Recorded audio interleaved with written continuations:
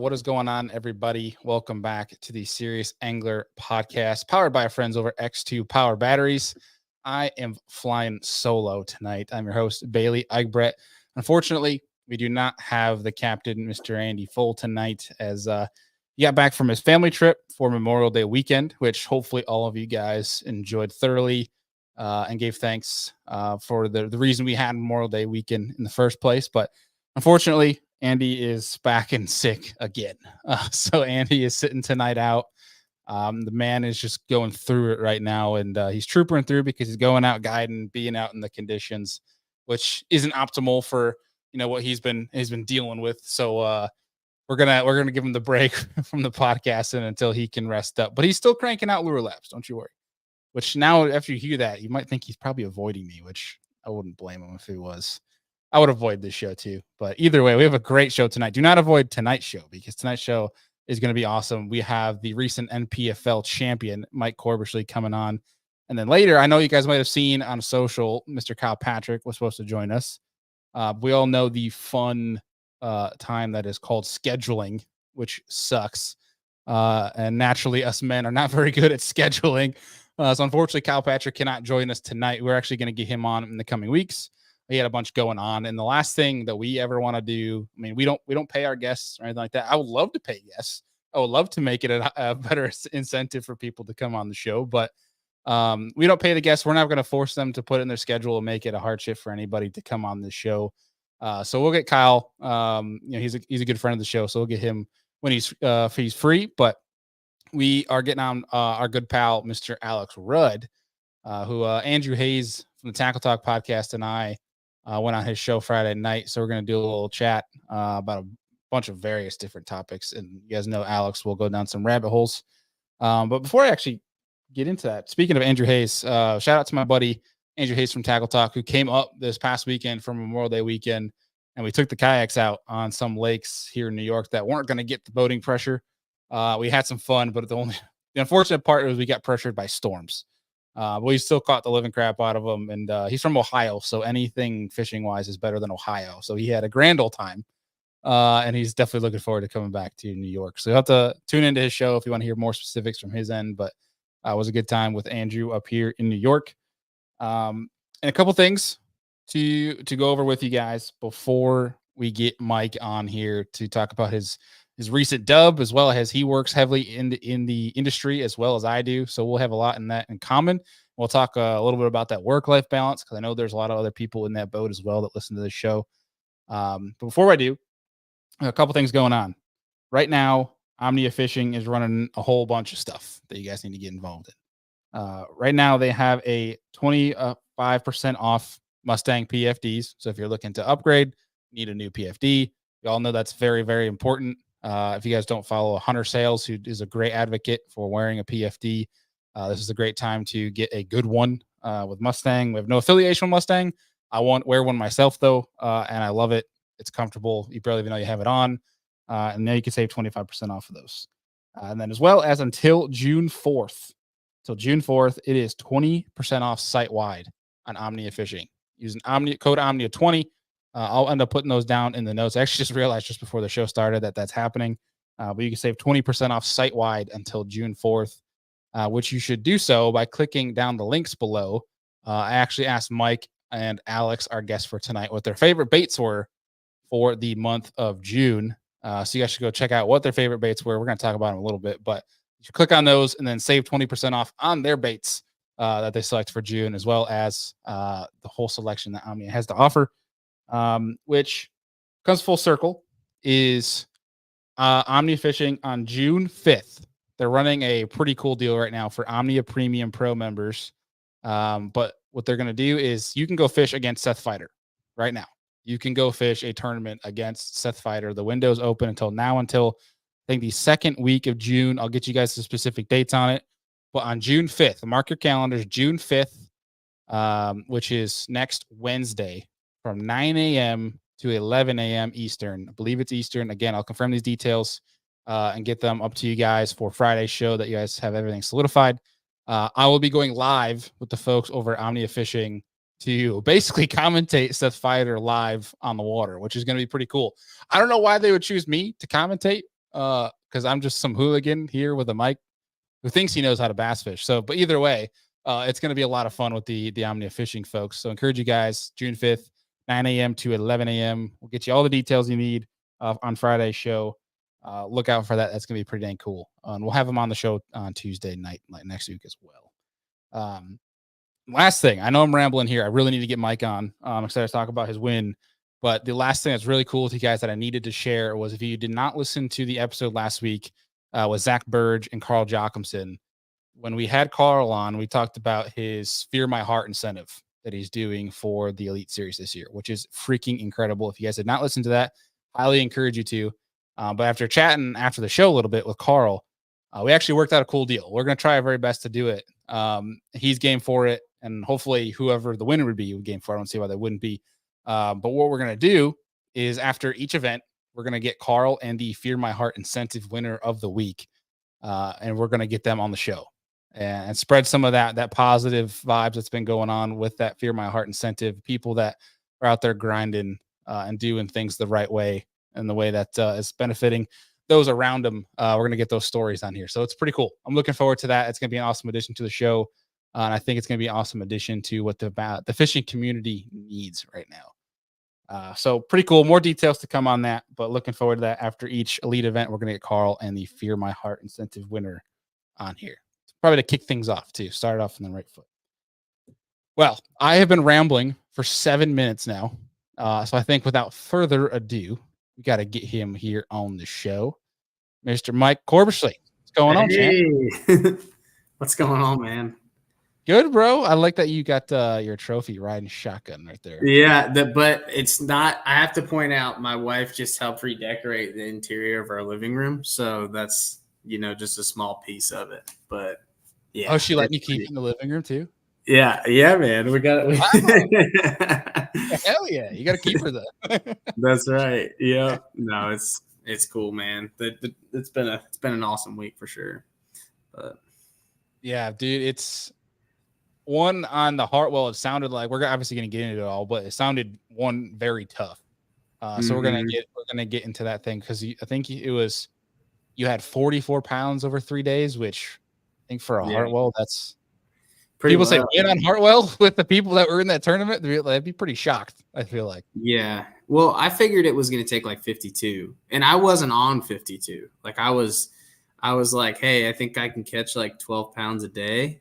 And that would be like if things went right, because it was just tough, man. And I was like, I'll see if I can figure out a way just to get it. Hopefully I can get a few big bites. And anyways, I did better than I thought I was going to do for sure. But either way. Dude, we're going to dive into all of that here in a little bit. Yeah. But because it is your first time here on the show, we got to kick things off with, first and foremost, for everybody that's new to the show, who got you started on this lifelong addiction that has you now working in the industry full time, but also now fishing the entire NPFL schedule and winning 100 freaking grand? Yeah. Yeah, man. No, it's been, you're right. You're spot on. It is an addiction for sure. Like everything in my life, 100% revolves around bass fishing. Like many of us, I mean, it's what we do on and off the water, something in relation to it anyways. But yeah, man, a lot of my family doesn't fish. They're my relative, my uncles, a lot of my extended family are saltwater fishermen. So they fish like big tuna fishermen and stuff like that, fishing offshore. But so I grew up like striper fishing, a little bit of that saltwater stuff. And then I used to get seasick really bad. And so that didn't go hand in hand, but obviously. Yeah. So I kind of like, gravitated towards the lakes. My dad took me a few times when I was little, just going like minnow bobber fishing at some ponds and stuff like that. But for the most part, it was like one of those things that, he took me, we fished some youth tournaments and stuff like that, just like when I was little, and then ended up kind of jumping into, I don't know, just fell in love with it. Got like probably late high school, like early college. And then you joined the ECU fishing team, fished for East Carolina University, traveled all over the country doing all that stuff. Great group of guys, had a blast, and like got a taste of just traveling and fishing, you know. And I mean, I just fell in love with the traveling, figuring out new lakes and stuff like that. And I love fishing at home, but just like going somewhere completely new and just putting in a bunch of work trying to figure out where you think the fish might be, showing up. Usually it's not the deal what you thought, and then just figuring it out. It's so rewarding. After college fishing, you know, I was able to pick up like a Rant sponsorship in college. It was I got to be part of the pro staff in college, and I was kind of working some events for them. So I'd go work like random events. Cliff Evans, who was the territory manager for North Carolina at the time, he would like send me to, you know, random events, whether it was like a seminar, or just work a booth or whatever in North Carolina. And it helped pay for like some of my fishing in college. You know, we did a lot of our own fundraising as a college fishing team. I think a lot of the schools are like that. Some of them will pay for the expenses, and I don't know what's changed. I mean, they graduated in 2016. So, I mean, a lot's kind of changed, I feel like, but no, I mean, I kind of just, you know, we did a lot of our own fundraising through shows, selling t-shirts, whatever. After the fact, so it helped me out a lot, and I built a relationship with the company. And then after the fact, like graduating, was at the Forestwood Cup in like 2016, like looking for a job basically. And I had been for a little while, just trying to figure out what I was going to do in the industry. Because at the time, like I was like signing up for the opens, like I was figuring out like, how am I going to make this work? Like I'm going to sign up for the opens, like was trying to line up sponsorships to do that. Like me and a buddy were actually going to go to University of North Alabama for grad school just for the sole purpose of living on Pickwick for 2 years. I was like, I just want to go. Yeah. Like I just want to, you know, go live on the Tennessee River for like 2 years. Like we took the GMAT, we were signed up for classes. And then I started looking at it, was like, how am I going to fish and do grad school and work to pay and all that stuff? And I was like, anyways, long story short, ended up getting a job in the industry working for Navico for Lawrence in Florida. So I went down there for 2 years and got a pretty cool, you know, calling on boat dealers down there. And now I'm calling all the bass boat manufacturers. So 2 years later, I got to move back home to North Carolina. I live in Raleigh, and I'm remote, but I travel a pretty decent amount. So get to go, you know, spend a bunch of time in Missouri, Tennessee, a little bit of Texas, wherever really, wherever the shows are, and then wherever the boats are being built. So that's kind of my day job, and spend a bunch of time behind a computer other than that, and fishing any other chance I have. Like if I have 2 hours in the afternoon, like I'll go to the lake, or I'll go work on tackle or whatever, go change the oil in the boat. Like it's just fishing stuff / talking about electronics 24/7. Basically. When you're going to all those different states, is boat in tow, I assume? No, I do a decent amount of flying. If I can, like, make it a work trip and do that, then I will. But for the most part, it's not. You know, for the most part, it's not. You know, I try to get in and out.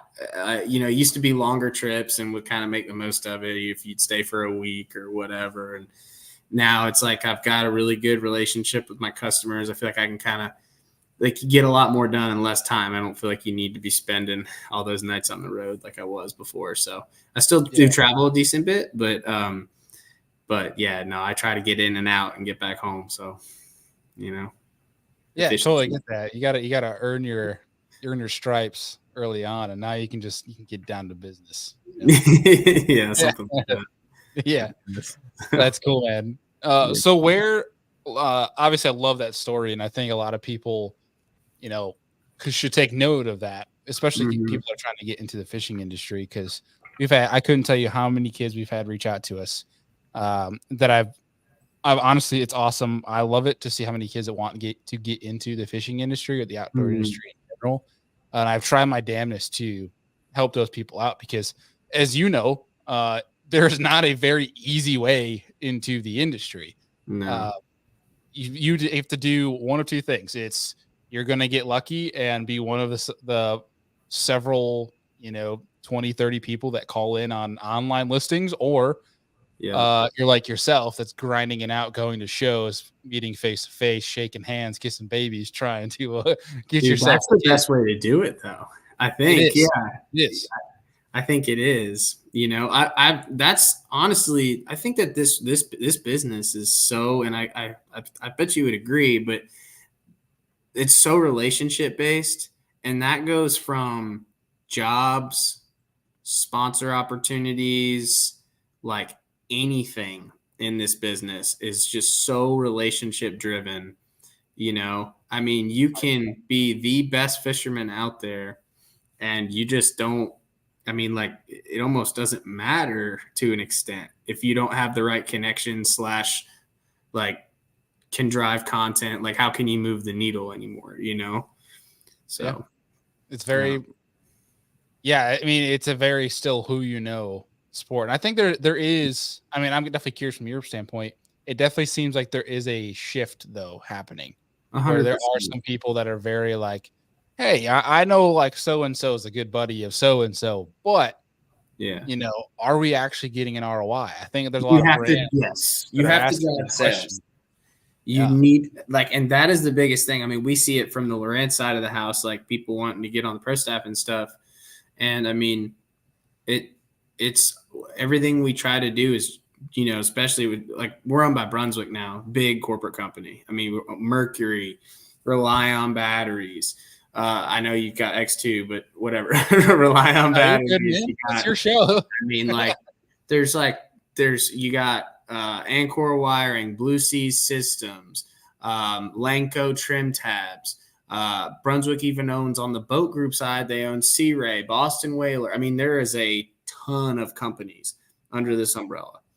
And the boat group's separate from the electronic side of the house. But I mean, the reality of it is like, it's, yeah, I mean, in any company like that, especially a publicly traded one, is you got to tie some sort of number to anything that you do. Like, there has to be a business case and it has to make sense.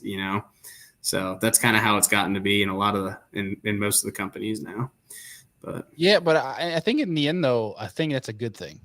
I think it's a yeah, good thing for the brands because they're getting, like we talked about, more ROI on things. But also, I think they're moving more product, and the people that are really busting their hump to try to improve and try to make themselves valuable for sure. are getting the reward.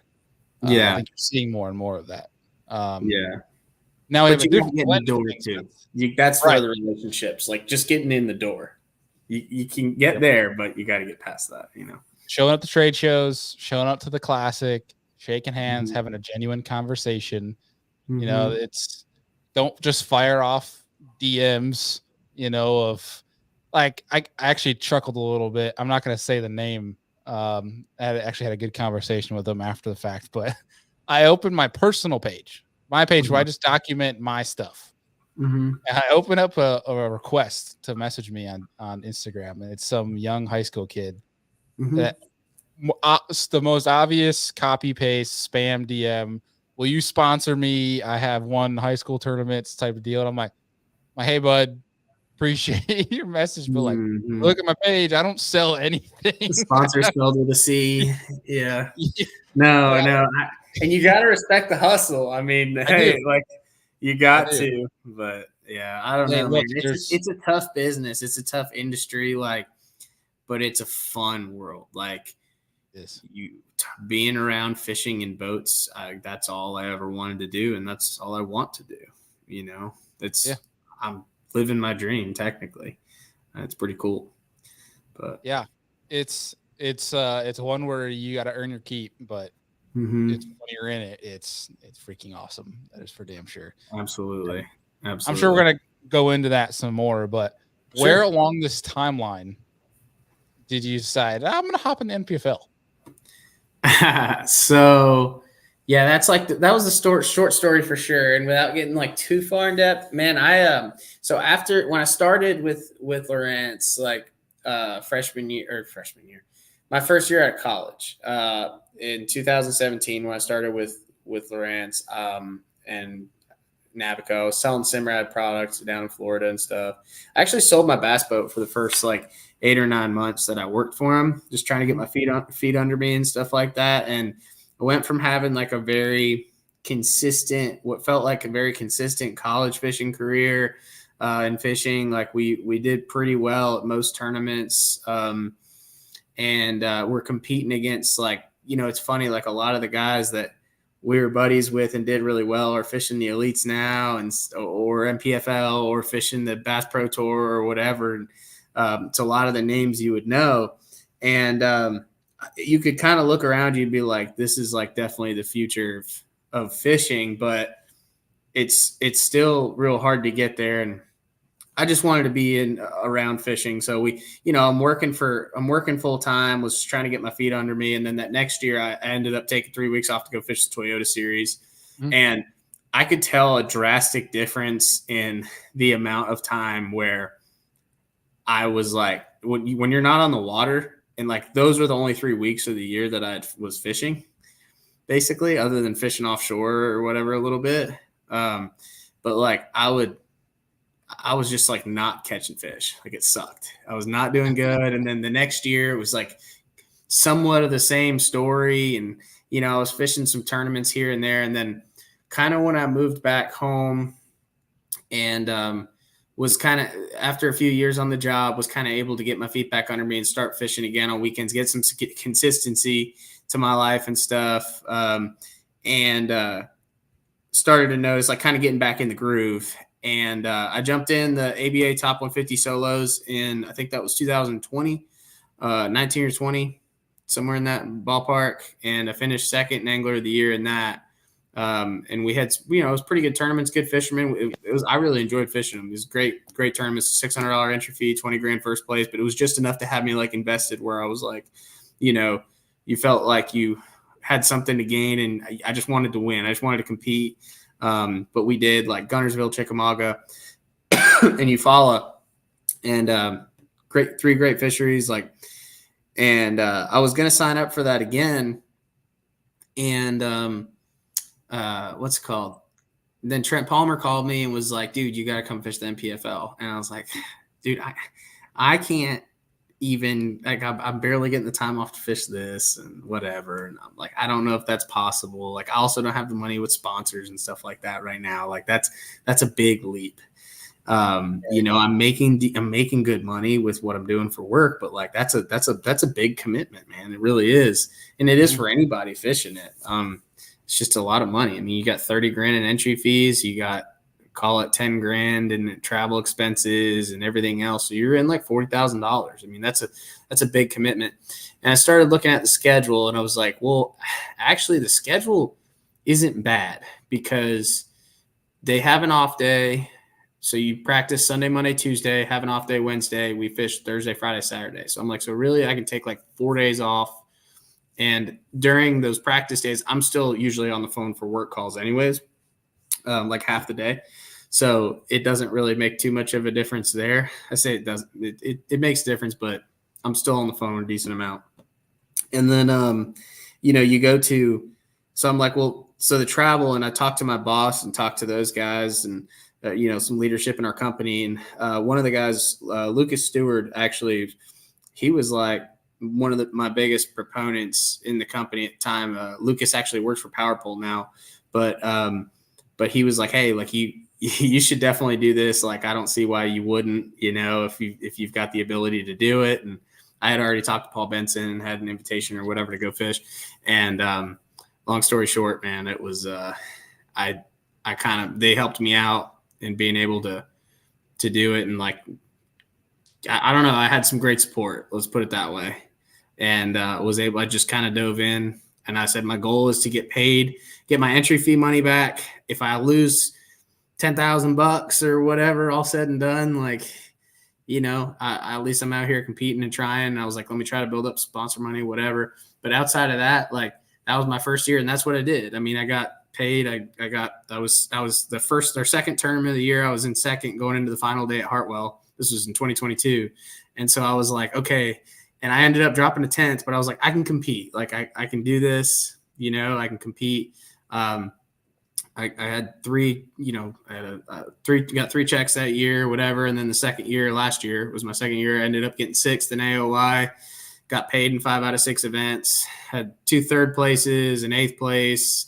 So I was like, so I was like, all right, like I can do this. I just need to, stay up on my game. Like these guys are just killers, man. Like they'll take your money. They don't care. Oh, yeah. Like, I mean, that they're working. If you think you're working hard, like there's somebody out working you, I promise. So that's just always in the back of my head. And so I kind of try to go 100% in on work. And then when I'm done working, I'm 100% in on how am I going to catch fish in my next tournament. And that's pretty much awesome. It. So those work calls and practice, you're probably throwing a lot of Carolina rigs or just graph time. Like it's probably for me, it's usually graph time. Yeah. For me, it's usually graph time. And that's honestly, dude, I can't tell you how many tournaments that's made a difference in where it's like you want to fish and you're sitting there focusing and like staring at, you're fishing up and down the bank or whatever. And you're like, all right, like I try to spend at least as much time idling as I am fishing in practice. And I think that's like a good happy medium. So you know what the fish are biting, and then you just strategically plan your idle hours around conference calls. That's what I do. Yeah, see, I feel like that's a good thing because that like forces you to go idle then. Yeah, it kind of does. Yeah, either that or you guys cracking jokes though, and you hear the decoder in the background. Just put the headphones in, every now and then you go on video. No, that's about it. It's cool, man. I'm very fortunate to be in the position I'm in to be able to do that. A lot of people, their work won't understand, so even in the industry. So that's like the gig, that is something like when you have that one, the flexibility, but two, the means to be able to do it from the console. Like that's something you're definitely gonna hold on to. I don't see you getting rid of that for a long time. Yeah, exactly. And man, so the NPFL too, and I like kind of touched on this, but so the NPFL, the way the schedule's set up, like we start like this year, we started in January, we don't end till October. So it's the way that the schedule, especially this year, was spaced out. Like we have the busiest season. It's busy all year, but the busiest season for the marine industry is like the first 6 months of the year.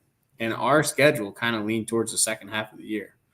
So it's almost easier for me to fish the NPFL than it would be to go fish the season of the Toyotas because they're usually like right away. February, March, April. You know what I mean? Or whatever. It's like every 3 weeks. Anyway, it's cool. They do a really good job. But it's a diverse schedule for sure. But, and I mean, the fact that those first few months are so imperative for you guys, but the way that schedule does too, like even if, take the boating industry out of the question, being able to space out your time off too, that definitely helps. Makes it a little bit easier when you go to your boss, you're like, hey, so all this time off in 2 months. Makes it a little bit easier. Like, hey, I need a little bit here, a little bit there, space it out for the whole year. That definitely helps things smooth over for sure. But either way, that's awesome, man. That's an awesome gig, and it's cool to see one, obviously, that you acknowledge how fortunate you are from that position, but also two, that you're grinding your freaking tail off to make sure you stay in that position.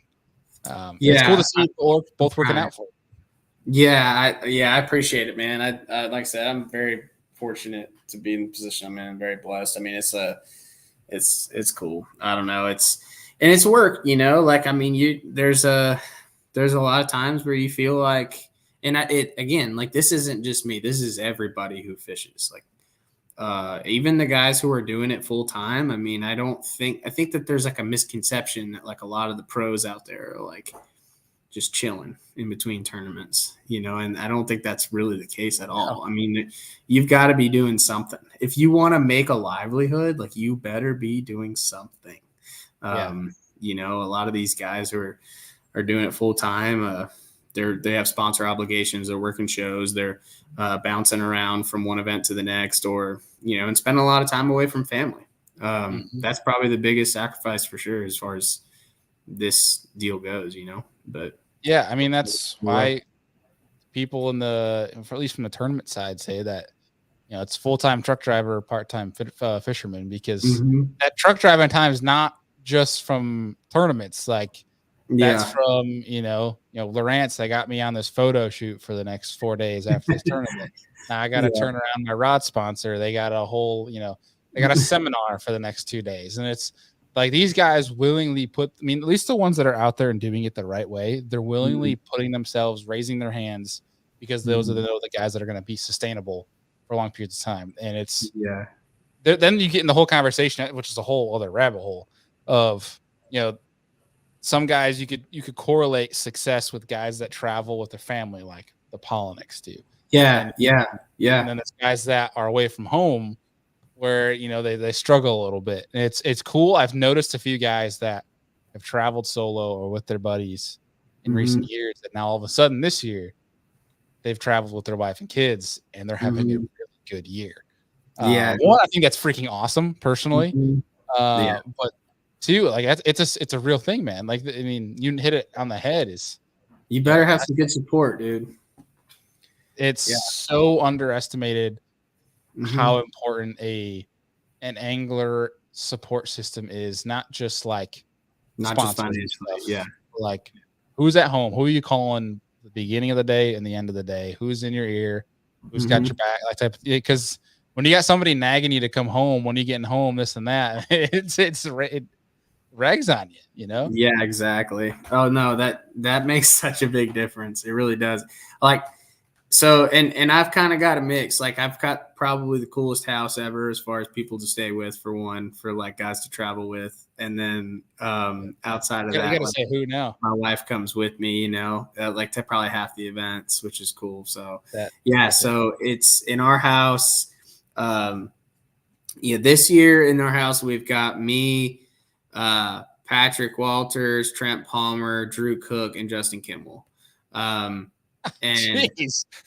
yes. I mean, there's you got the whole leg dotted after practice. How that it's grew. solid. It's solid. So, I mean, kind of can bounce some ideas off each other, and figure stuff out.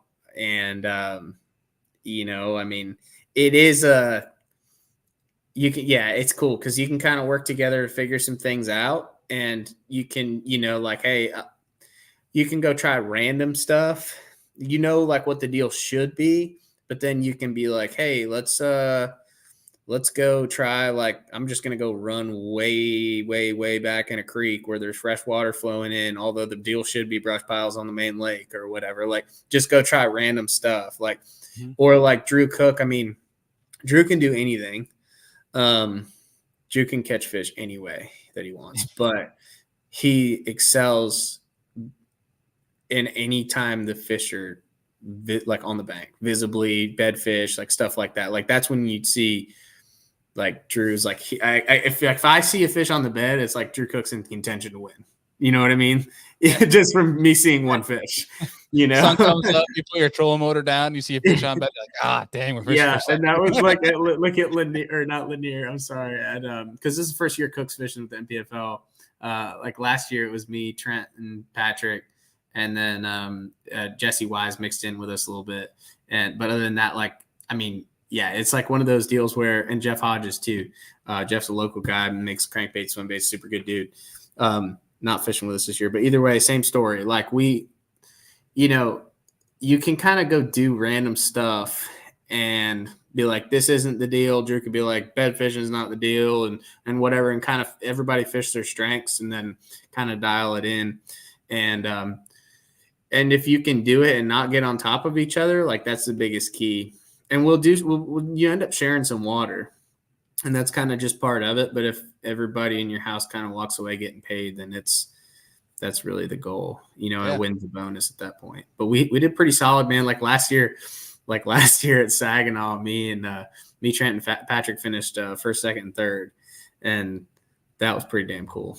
Because we were the only people out there that pretty much caught smallmouth for 3 days and stuff like that. Like Saginaw, we all Lanier, we all top 10'd it. That's probably thanks to Trent, because I'm going to attribute all my herring fish to Trent, really, to be honest. He's pretty much taught me most of it. There he is. Look at him. Yeah. What a flex. What a flex having the trophy. Yeah. Yeah. Trent's probably, I'd like to think I taught him more than he's taught me, because I beat him the last 2 times we've gone to herring fishery. But No. Here we go. All right. No, but seriously, I owe him a bunch for teaching me a lot of stuff, because it's a different style of fishing. And if you don't like, it is a way different than it is around here, but I really enjoy it. It fits my strengths. Like, I don't do well if I have to sit in a place for more than like 15 minutes. I go crazy. And if that's like perfect for a herring fisherman, you've got to be like ADD, like running down the lake, like, oh, schooling fish. Like, oh, look at that rock clay point, and like just go throw random stuff. Like, that's me, like 100%. I ran out of gas in a local tournament on a 15,000 acre lake a few weeks ago. Like, oh my gosh. like you. It's just I feel like there's two different breeds. There's a guy, it's like yourself with that, where it's like squirrel, you get completely distracted, and which is obviously good because you're covering a lot of water anyway. But then you got the guy like watching Lee Livesey at Murray, who stayed on the one point the entire day. I would lose my mind. I would finish last in that tournament. Like, if I have to sit that long, that's why I'm worried about Pickwick, man. We got Pickwick coming up, and it's like, we're gonna have 120 something boats trying to fish like 40 schools in July, and there's a 100 boat local tournament going on that Saturday. Like, it's gonna be tough. There's gonna be some arguments. There's gonna be some drama on the water. I promise you. Tennessee River in the summertime, but we'll figure it out. So you, Trent, and Pat will probably fish from the same boat then, right? I don't know about that. Yeah. I don't know about that, but we'll see. So it's awesome. But yeah, it's a lot of fun for sure, and that's honestly another reason I enjoy fishing the NPFL so much. Like, it's very much a family atmosphere, like not just within our house, but like the league itself, the ownership's like solid. If you fished here yesterday, yeah. I feel like there's some inside jokes. Everybody listening to the audio is like, Wes, this guy just stopped talking randomly because I'm trying to read. But yeah, it's cool, man. I mean, it's a heck of a league. So yeah. Well, dude, we're almost 40 minutes into this deal, and we have yet to talk about your win. We've gone every direction but your win, where the trophy's from. So. Well, if you listen to Luke Duggan's podcast, we were on there for like 2 hours, so hopefully we don't go that long. But no, I've yet to. I have that on the hopper for my drive tomorrow night, because I try to. It better be a long drive. Yeah. Well, I do like to listen to podcasts during practice too, because it kind of helps the mind, just keep the wheels turning. But yeah, when we do, like, from a schedule, I talked about scheduling earlier on, but I try not all the time to try to get winners on, but there's definitely times where I try to, if I think I'm able to get some people on, I would love to get recent winners on. But then what I do is, if they're on another show, I save that for afterwards, because I don't want to spoil any of my fun of learning all the stuff about you guys. But that's one I have hopped up and ready to listen to for tomorrow night. But cool, dude, we talked about it a little bit earlier on. Lake Hartwell, fishing really tough, 44 pounds in 3 days to win. Yeah. First of all, what's going on with Lake Hartwell? What was the reason you think it's fishing so tough right now? I don't know. And I say it's fishing tough. Like, right now, I just saw like a local tournament last weekend. The weights were pretty strong. I think it took like 22 to win or something like that. So there's definitely still some big bags being caught. I don't know what the biggest bags. I think the Advanced Bass Stats guy. I really like his channel. It's interesting. I like data. I like looking at data and all that stuff. And he, I think he posted like the biggest bag of each day, and I don't think there was a single one over 18 pounds. Wow. In our tournament. So like 2 years ago in 2022, when we were there, it was, I had like 17 or something the first day, and like 16 something the first day, 17 the second day. And I was catching them on top, like herring spawn stuff, and a little bit off the bank. But for the most part, it was like herring spawn deal. And this time I feel like that was still going on. But I think that there's just was so many tournaments that it kind of got – the fish are just so smart, and you're also in like a weird post-spawn funk phase. So you got like a mix of things going on. Like the fish are done spawning. They're kind of like a little bit weary. You can see fish everywhere you go, but you can't get them to bite. And it was just kind of a numbers game of like hitting all the right, like hitting as many places as you can. And you got to put the right bait in front of them. But it was definitely like I could fish brush behind people in that tournament.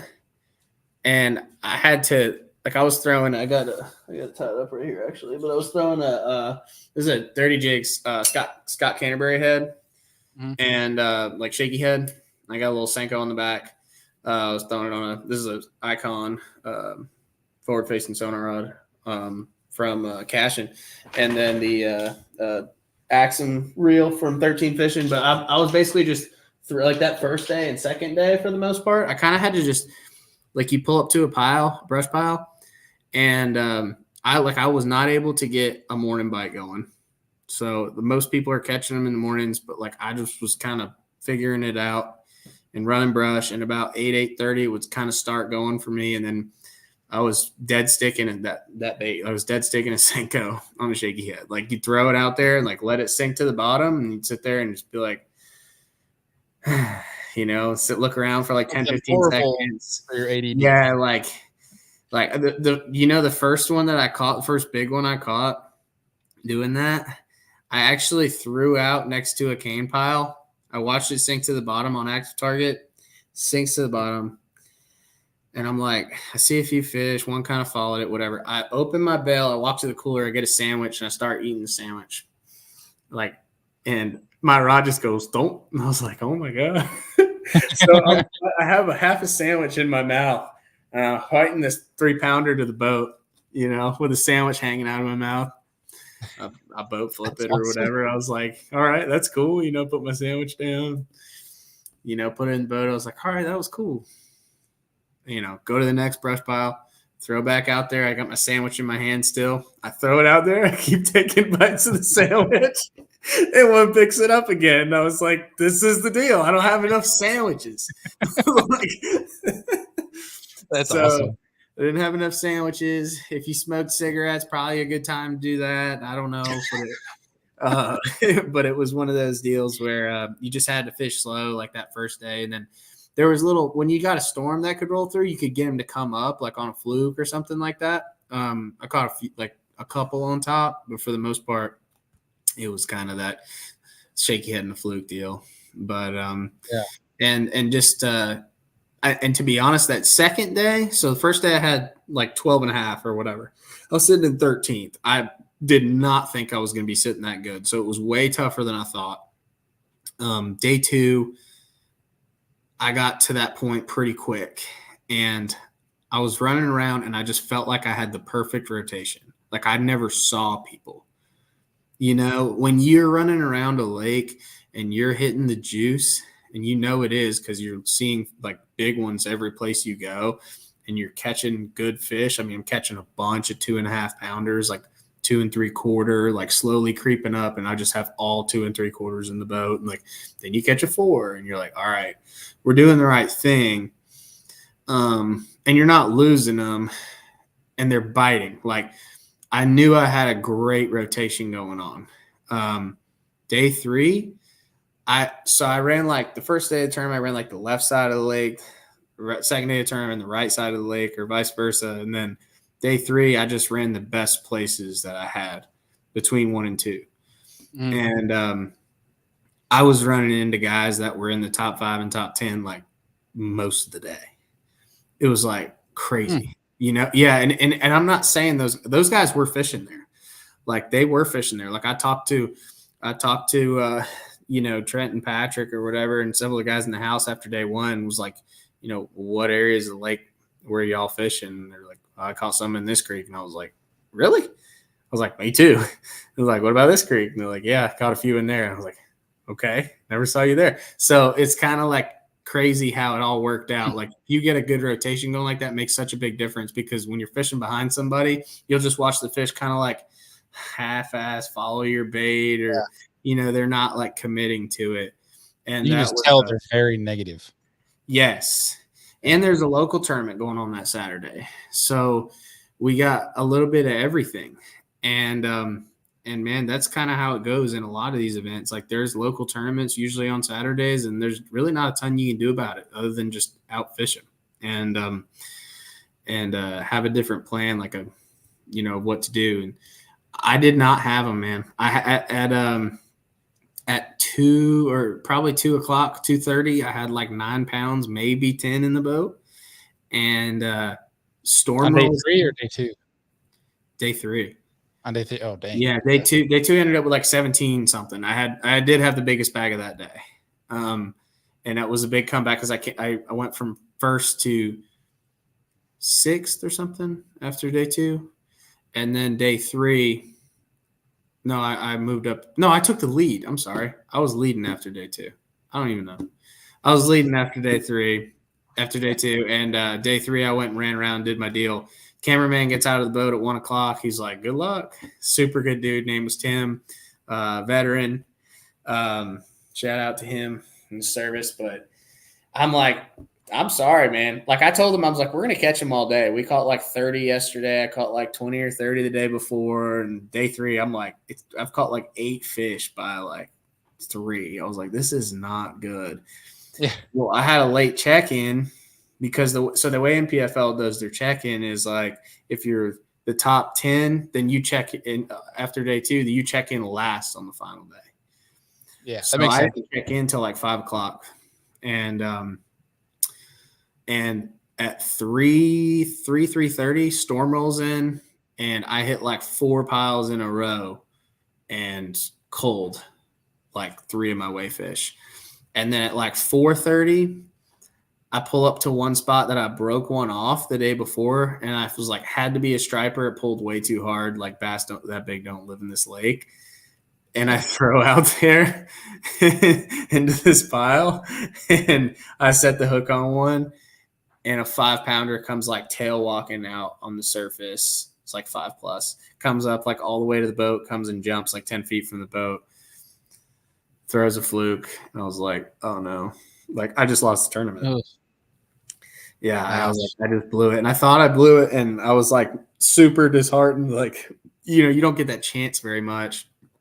I get back to weigh in. I'm talking to like Kyle Welcher and talking to all these guys that I'm like, I know they're not going to slip. Like, and Kyle's like, I got like 15, 16 pounds. And of course you do. Like, I wouldn't expect any less. Like, talk to your Kyle Welcher, of course. Yeah. Jason Burrows is like local, like hammer down there. He's fishing with us, and he did good too on that final day. I don't remember what he had, but maybe like 13 or something. But he was still doing well. A lot of the guys had good bags.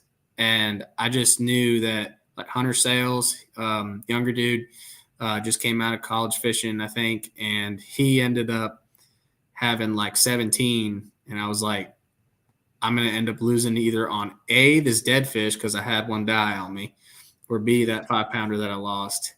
So when I weighed him sitting in the bag line, because I'm like, I got to know what I got. Like, this is killing me. My wife's sitting in my boat with me. I'm just like, I'm sick. I could throw up.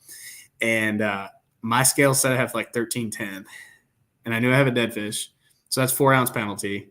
So I'm like, well, I got like 13.6, and I'm just hoping that the scales weigh heavy, right? Because my scale is usually pretty light, which is good.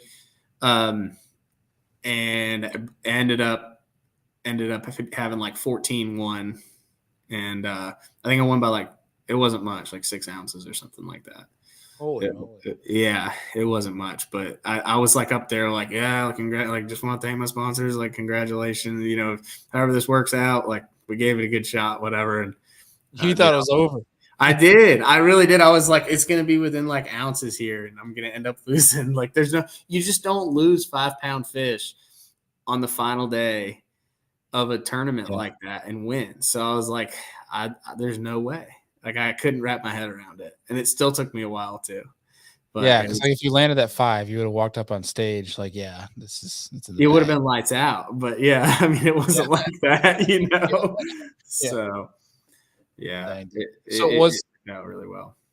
From the brush pile deal, obviously, don't feel forced like if there's any like secret juice, but from the brush pile deal, is it a game of numbers, like how many you can hit throughout the day, or is there like a certain cadence or certain brush pile that you look for that's typically better than the others? That makes sense. Well, you've got a mix, right? And I think it's a pattern very much like anything else in fishing. If you'll see a pattern to what you're fishing, whether it's like, hey, the 15-foot piles are producing or the 30-foot piles or whatever. There's definitely a mix of like, you kind of just got to pay attention to what you're getting bit in. And,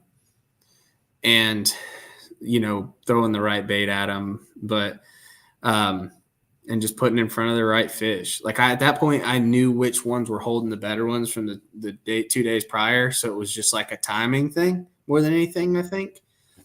Timing is probably the most important. Numbers game, yes, it is a numbers game, but man, there's also situations like when we were at Eufaula, Oklahoma last year, Luis Fernandez won, and he never left the same brush pile. Again, I would probably not do. I mean, I was leading the first day of that tournament. I was leading the first day of that tournament. Dropped off. Ended up getting like 13th. But when I have to sit still, like it's not good. So there is a time and a place for slowing down. And on the days that you can move and the fish are active, and when you can bounce around, that's when I'll typically do better. But okay, either way. So yeah. I don't know if that's a question or not, but no, you did for sure.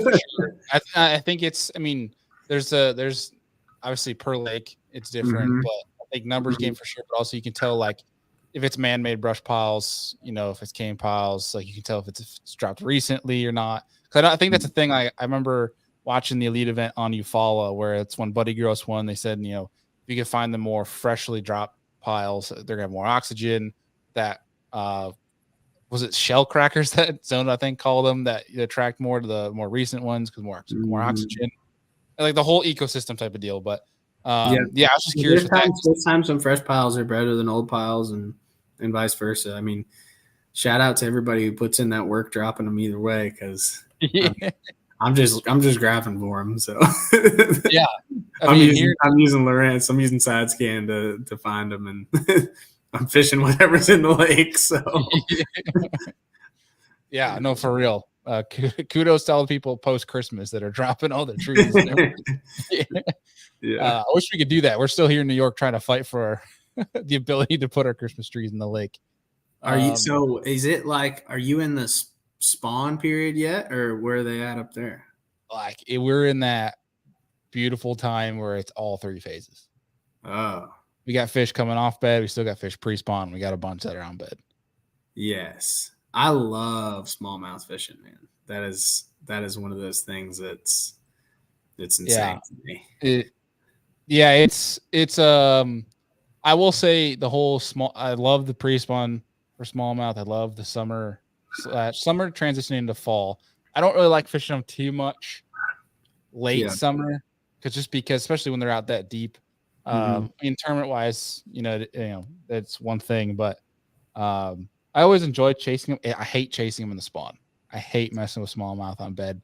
One, I don't get any satisfaction by it because it's just they're the dumbest things in the world. I don't mind that personally. Well, I think when you're in my case, like when you've lived with it for so long, like if I do it, I'm gonna go throw a big topwater and watch them come unglued on it like a cannonball. That's one thing when you're not visibly looking at them, but it's still all the same. But either way, that's a whole other tangent I can go down that I'm not gonna go down right now. Yeah. But no, there was a surprising amount of fish still on the bed. Not to cut you off. There was a surprising amount of fish on the bed at Hartwell still. Like Drew caught, I think he had 17 on the final day or 16 something on the final day at Hartwell, and he caught multiple off the bed. So it's like it's a weird time of year. You can do a little bit of everything. We're done with pre-spawn for sure here, but yeah. Well, and so one of my last questions for you here on the Hartwell deal is when you mentioned about getting in a good rotation. If you obviously it comes with experience to understand when you're not in a good rotation. But if you feel like you're not in a good rotation, you're fishing behind somebody, for somebody that might find themselves in that position, what's something they can do to get out of that, if that makes sense? Like, how do you, like, when you understand you're like, okay, I feel like I'm definitely fishing a pile that someone just fished. Yeah. How do I mix this up? Pick up and leave. And whether that's like, hopefully you got stuff in different areas of the lake, and hopefully that's happening in those areas. And if it's not, sometimes you got to scrap it and you're no longer fishing brush piles. You know what I mean? Or whatever. Go fish rock, go fish something else. I mean, it's like, just go try a different pattern. That's probably my biggest advice. And that's like, you can tell, like, if you know it was working really well, and sometimes it's the bait, but if you go through a rotation of baits and stuff like that, and you're like, man, I'm just like, you either got to scrap it and run to a total different end of the lake or do something different, but you got to get away from the boats. I think in that situation is the way I look at it. But I also don't really like fishing around a lot of pressure if I can help it. So, Right. Yeah. I don't think anybody enjoys it. No, and sometimes that's the deal. I mean, like, my hat's off to the guys that fish like the opens and stuff, man. You put 250 boats on a lake, and like, there's no such thing as an area with no people fishing. So at that point, that's why you start to see all these crazy light line Japanese techniques that are working in the US. That's why a jig head minnow is a thing. Like, that's why all this stuff that was never like a deal here, like, now is, because the lakes get so much pressure. So you've got to figure out ways to get these fish to bite that you didn't, that we never used. You used to be able to throw an old monster in a pile, and that was the only thing you needed. Now you got to kind of break out some different tricks and figure it out, But, yeah, the old Buddy Gross 1 ounce jig that he bomb into there. Yeah, I mean, yeah, it's just a bunch of random stuff. Like, find what works for you. I try to do that. Like, I've got thousands of dollars of tackle, random stuff in my garage, and there's a very small percentage of it that I catch fish on. But ain't that the truth? Yeah. Most of it sits on if the you wall. find something special, like, you better hold on to it. Yeah, no doubt. Especially nowadays with so much information out there. I feel like there is something the whole community is going to find out about it. Yes. Yeah. And that's why you see so many of these younger guys doing so good, because they're soaking it all in, and they're traveling and they're fishing. They get the amount of experience that guys on tour were getting in 3 or 4 years. They're fishing that many college tournaments / local tournaments in a year, and they've got all that information at their fingertips. So by the time they're 22 years old, 23 years old, they got the experience of a 30-year-old. Yeah. That's crazy. my thing. Learning curve and how that's rapidly accelerated from very fast. How fast you can learn. But yeah, crazy, man. Well, dude, congrats again on the win. It's been really awesome to talk with you here. And I will put myself on the fire here and admit blame where it's due. We talked a little bit offline. We've actually met at the Classic. Yeah, and I'm the jerk here that didn't remember it. So I'm gonna put myself out there, call myself out, and do this awesome getting you on the show. And I owe you several beers at the next Classic. Hey, dude, I mean, it's 2 classics in a row now that we had beers together and you didn't know it. So I mean, we'll do it a third time. We'll do it a third time. Third time's the charm. It's all good, man. I wasn't gonna bring it up. You did. Hey. I'm just an average guy. Oh, did we lose audio? What happened? I'm back. Okay. It keeps losing out. It's my soundboard. I did it like 3 times while you were talking earlier. But yeah, I was like, I figured I had the punishment. I just had to happen. But either way, dude, it's really good to get you on here. And I got 2 things left for you. Okay. I know you said you think you're living your dream right now, but is there a goal that you have? You're working in the industry, fishing the NPFL, winning NPFL trophies. What's your goal? Like, what's next? I'm trying to figure that out. I think that for me, it's to continue, and my wife and I have talked a bunch about this, but I really like, I truly enjoy what I do. Like, I really enjoy working for Rant and Navico. I love what I do. I love the people I work with, like our customers. And so it's kind of I would have a really hard time walking away from that. And as long as I can do what I'm doing right now, like I think I'm just going to keep riding it out. There might be a day where I like want to go jump in the EQs or do something different, but man, I'm so happy fishing the NPFL and stuff like that. And, just continue to kind of build on what we have and just take everything one step at a time, and continue to work and be stable and fish as much as I can and just continue to learn. That's the nice thing about bass fishing, is that if you can't ever stop learning or you're going to get beat, so even though you feel like you figured something out, you'll get humbled just as fast. There'll be a tournament that I'll end up zeroing in this year, and I'll be like, I suck. I don't know what I'm doing. And it'll feel me just as hard. So hopefully it's not an NPFL tournament though, and it's just like something local. Yeah. But you know what I mean? That it happens. Everybody though. Every single angler goes through that cycle. I mean, look, yes. Joey Cifuentes, wins Rookie of the Year last year, almost wins AOI, hasn't had a rough season this year, but is an incredible angler. 100%. Friday, my buddy Andrew Haza came up. Him and I were watching reruns of old Bassmaster events. I think it was 2016 when Kevin Van Dam won Toledo Bend, and we're watching that rerun, and he was talking about how he's had a rough season, didn't make a classic, whatever. And we're sitting there like, it's even Kevin Van Dam has he was saying to himself, like, everyone runs through those periods, but if you can stay the course, you'll be good. But it's awesome that you've acknowledged that you found where your place is. It might not be 10 years from now, but where you're at, being, I don't want to call it satisfied, but you're happy with it. I think that's in itself. Being that you're in the industry, surrounded by good people, surrounded by other fish heads, and you also get the flexibility to go win $100,000 is always nice. Yeah, too. man. Yeah, and like I said, my job might change, and I'm not, and hopefully it's within the company and do something like that. My job might change or whatever. What I'm doing on a day-to-day basis might, hopefully we have a family and stuff like that, and maybe we'll get a lake house or whatever one day. There's like those things that I have in the back of my head that like I want to do, but at the same time, like I'm just soaking it all in one day at a time right now, dude. Like I'm just, that's all. Do so that's awesome. Well, dude, my last question for you before I let you go here, and you might know what's coming, but it's your first time on the show, so the question we hit everybody is, if you get an opportunity to have a steak and a beer with any three people that you'd want to sit down and pick their brain, could be fishing, doesn't have to be fishing, could be alive 1,000 years ago, could be alive now, doesn't matter, could be any three people. Who would you invite? Okay. Johnny Morris from Business Sense. The dude owns half the fishing industry. And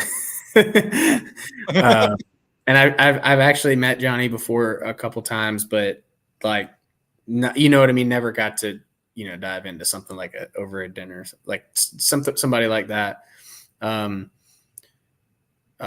would say probably like Rick Clun, man. I've never met Rick, but like, again, been around forever. And he's probably, I mean, does he have the longest record for most years professional bass fishing at this point? I mean, he's like 50 years. Yeah. I mean, 500 Bassmaster tournaments where I think they said they estimated he fished a total of 1,500 tournaments in his lifetime. Yeah. I don't know. It's too many. Like it's insane. I don't know, something like that. I don't know. It's hard to narrow it down to three. Like I feel like I work around such great people right now, man. It's like I get to work with like Rick Pierce on a daily basis, Gary Klaus, like guys like that are legends in the industry of like building boats and doing all this cool stuff. And it's not just limited to them. There's a bunch more, but who would be my third? I don't know. You can come.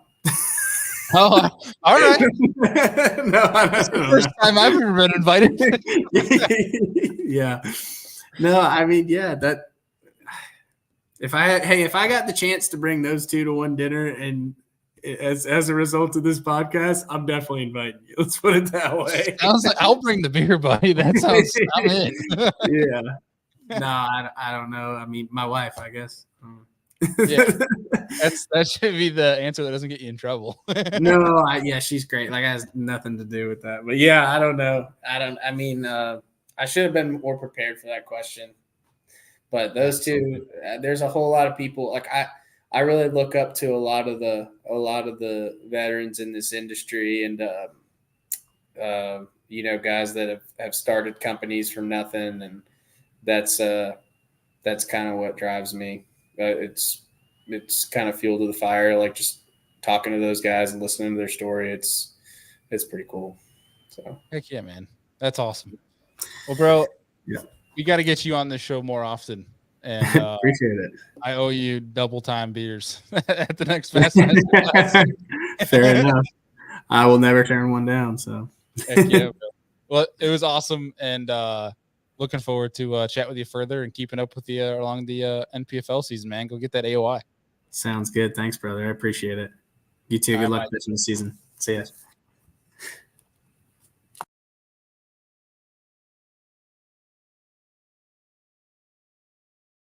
Sorry about that, guys. My soundboard literally cuts out as I'm letting Mike go here. So it's weird, awkward silence that you're going to get every now and then. For whatever reason, my soundboard has a mind of its own lately, and it decides it's going to work 95% of the time, and then it'll cut out, and it takes me 10 seconds to reboot it real fast. So I apologize. If you hear those dead sounds for the MP3 folks, I do apologize. But I'm trying to get it fixed. Do you think of all this expensive podcast equipment would make things easier? But it really doesn't. It doesn't. But again, big congrats to Mike on the win. Love seeing industry people do cool things and getting to chat with him, break down him as an angler. And man, the Carolinas are a heck of a lot of fun. You know, we had some people talking in the comments together earlier why they think Carolinians, are so talented and why there's so many of them, especially on the pro tours. And I think it's I think it's just such a crazy livelihood for people around that area, but too the diversity of fisheries. And I think there's just a bunch of anglers that can attest to all that. So, and Mike's obviously one of them. So hope to get Mike on more on this show. And definitely it sounds like a business from the bass boat episode is in order too, to get Mike on there from an industry standpoint. But great episode with Mike, and it's not over. We have our part 2 coming with our Lorax friend here, Mr. Alex Rudd, which we'll get on here in a second. But before we do, we got a quick message from X2 Power. In the world of battery power, a word to the wise: compromise elsewhere.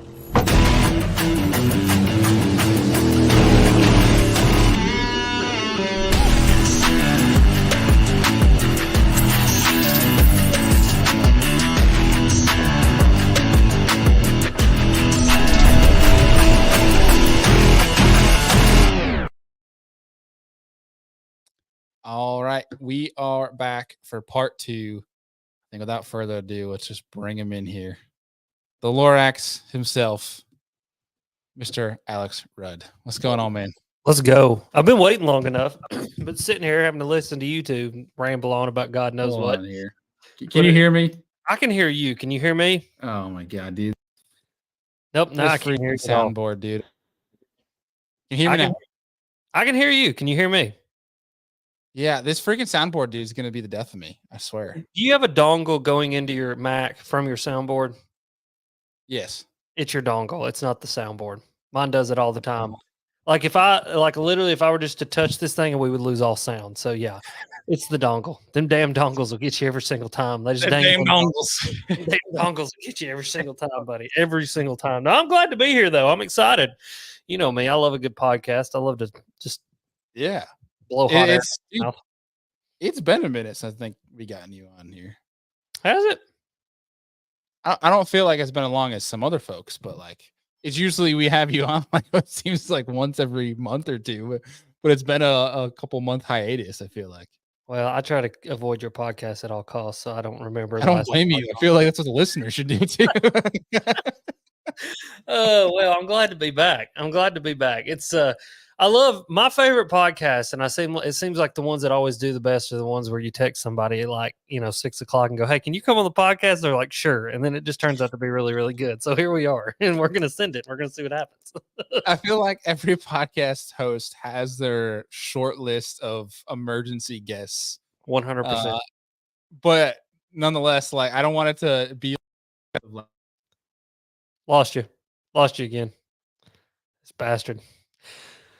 Bailey was saying something insightful about the podcast, but we don't know what it is. It's like a 10-second pause. Yeah, you're good. You're good. Nope. Can't hear you again.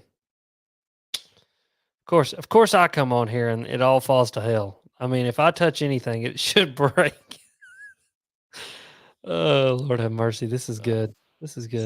I'm about to break it. I'm seriously about to break it. I'm about to actually unplug it and go to the MacBook here. I think that's what I need to do. Yeah, if it messes up again, I would suggest that just to keep the smoothness going here. Yep, and it's gone again. So just go into the setting. Can you hear me?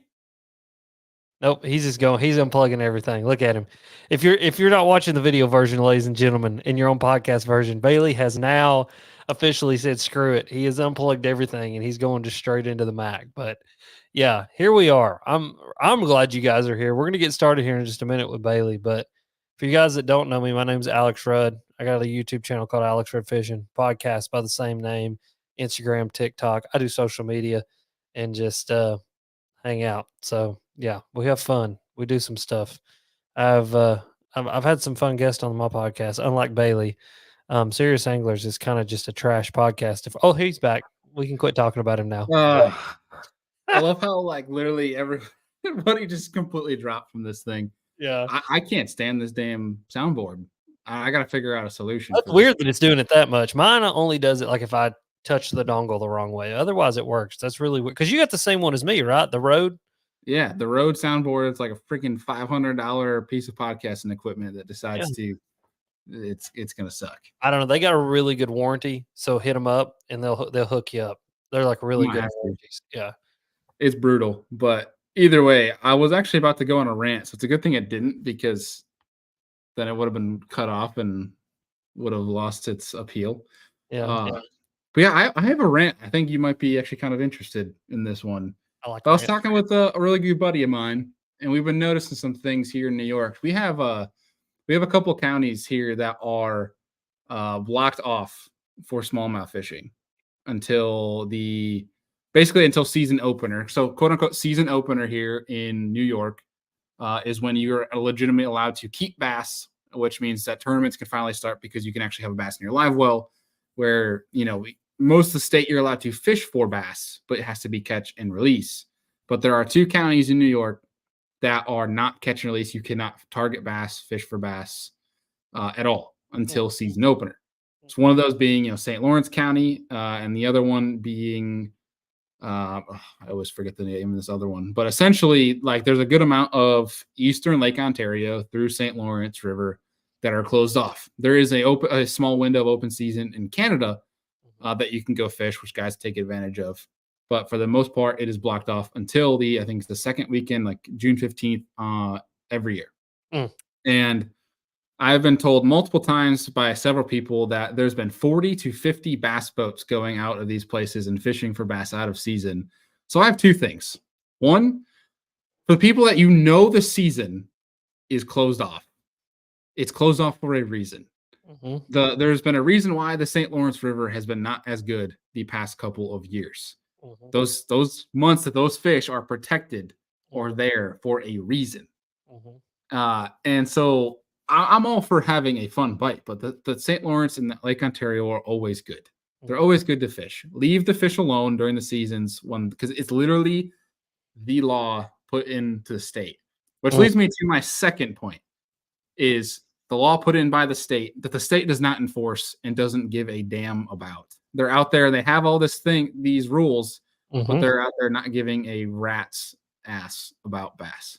And it drives me freaking nuts. I saw somebody post on social media the other day of this giant bag of smallmouth they caught. Well, congrats. You caught it out, a season that isn't even legal, and you posted it on social media. And the real people know where you posted it from. Now you look like a huge turd. Yep. So I'm sure they listen to it too. I hope you know that your post is getting shared around to real people. So if you get called out at a boat ramp soon, you brought it on yourself. It's just driving me crazy, dude. I had to say something on this thing. Yeah. No one else is saying anything in New York. Yeah. Might as well use this platform for something, but it just drives me nuts that we don't take care of our fish. Yeah. I don't disagree. I mean, I think the thing that I think bothers me the most about all of this, like this conversation in general, right? It's a very nuanced conversation. I mean, especially state to state, body of water to body of water. I mean, it's a very nuanced conversation. Mm-hmm. But I think collectively, all of us as bass anglers can all say that we are having an effect on fishing like we never have before. Mm-hmm.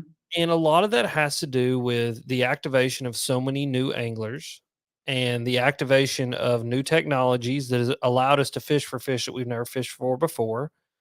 And I think that collectively as anglers, we can all say something has changed and that some fisheries are not fishing like they used to fish. You know what I mean?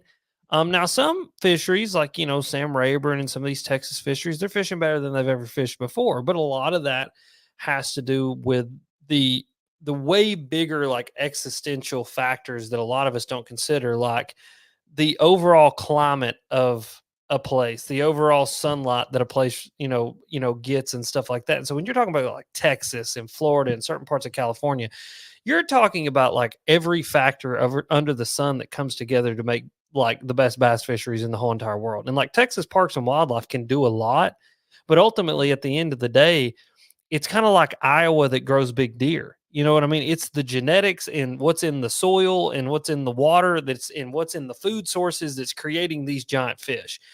And so when we look at the rest of the country, and when we look at New York, Tennessee, the Carolinas, anywhere across the country, I think we as anglers have to collectively say, hey, we are having an effect on fisheries. And so what do we as anglers need to do to self-regulate to make sure that we are preserving our fisheries for many, many years to come? And I think that the number one thing is obviously advocating for things to be done. But then once we've advocated for things to be done, like a law change, we'll then advocate for the enforcement of the law.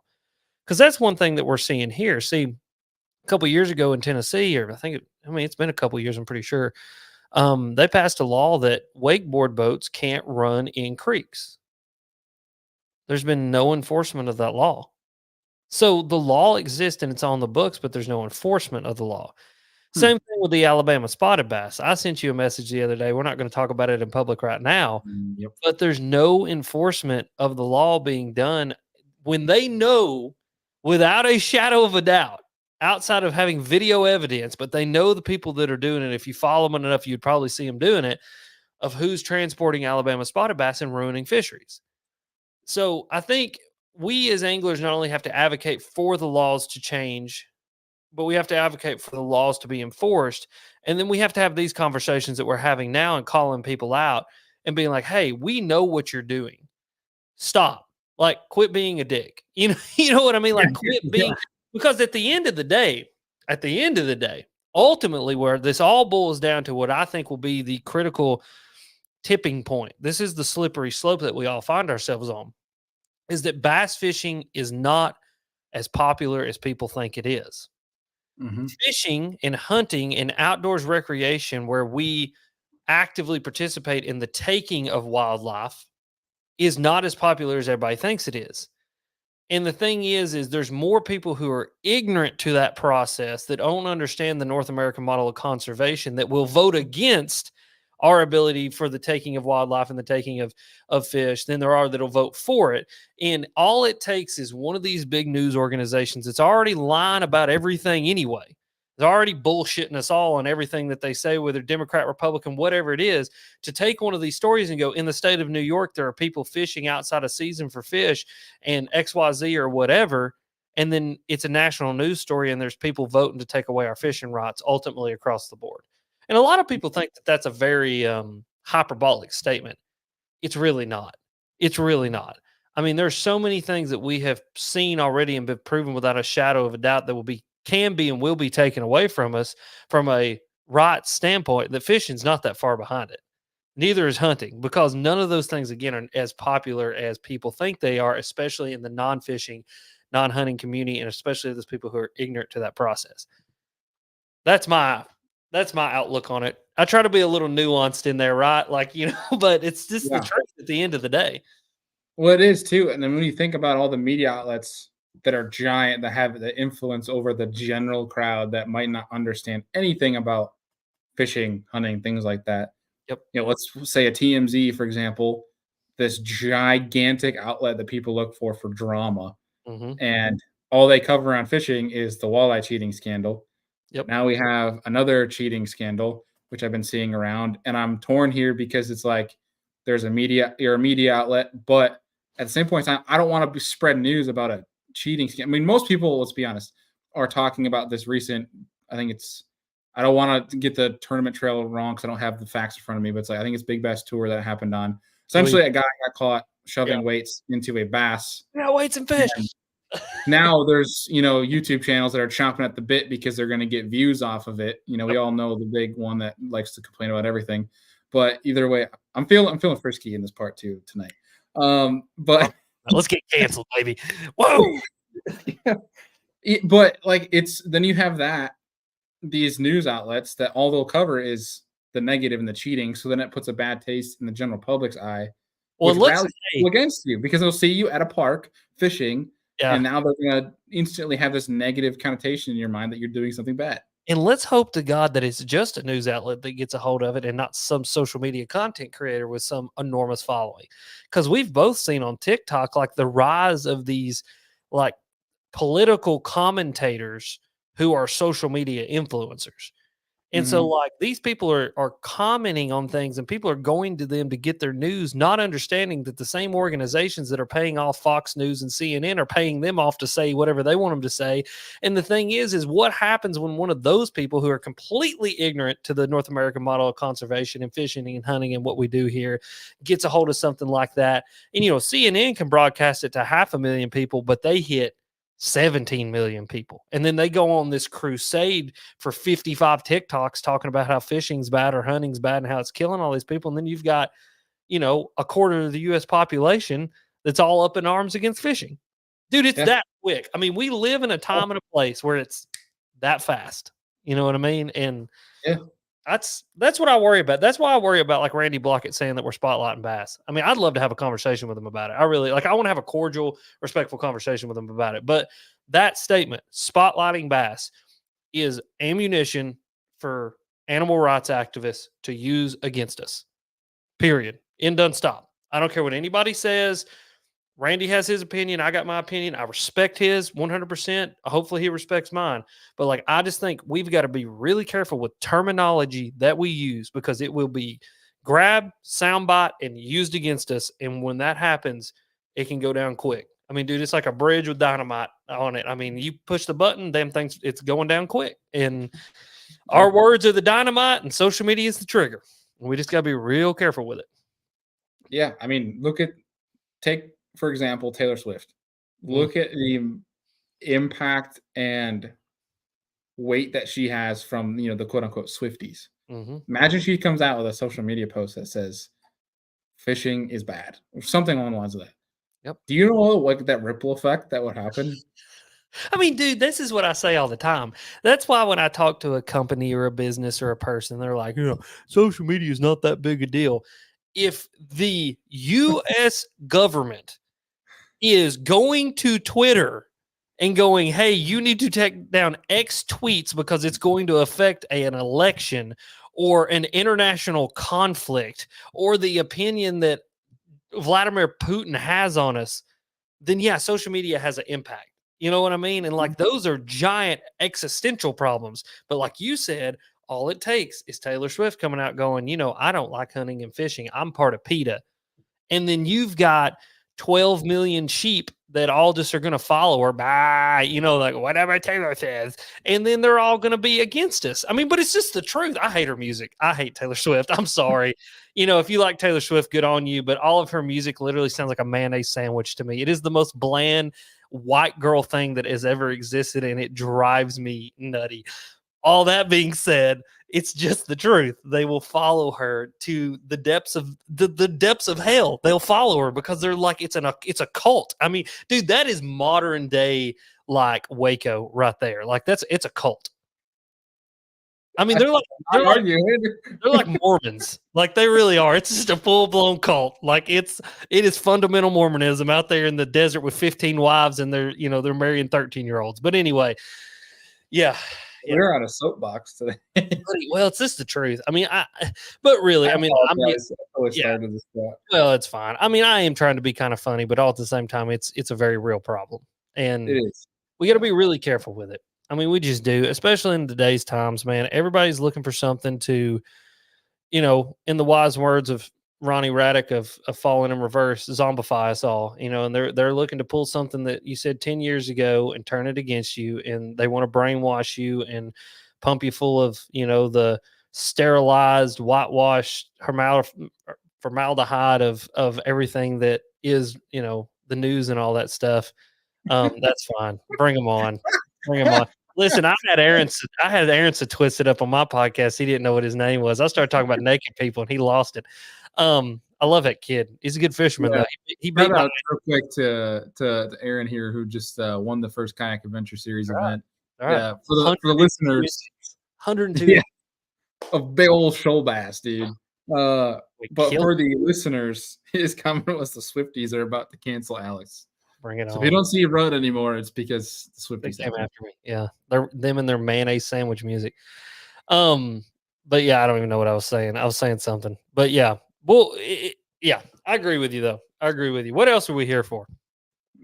I don't know. I kind of usually just invite you on, and then we find ourselves in this.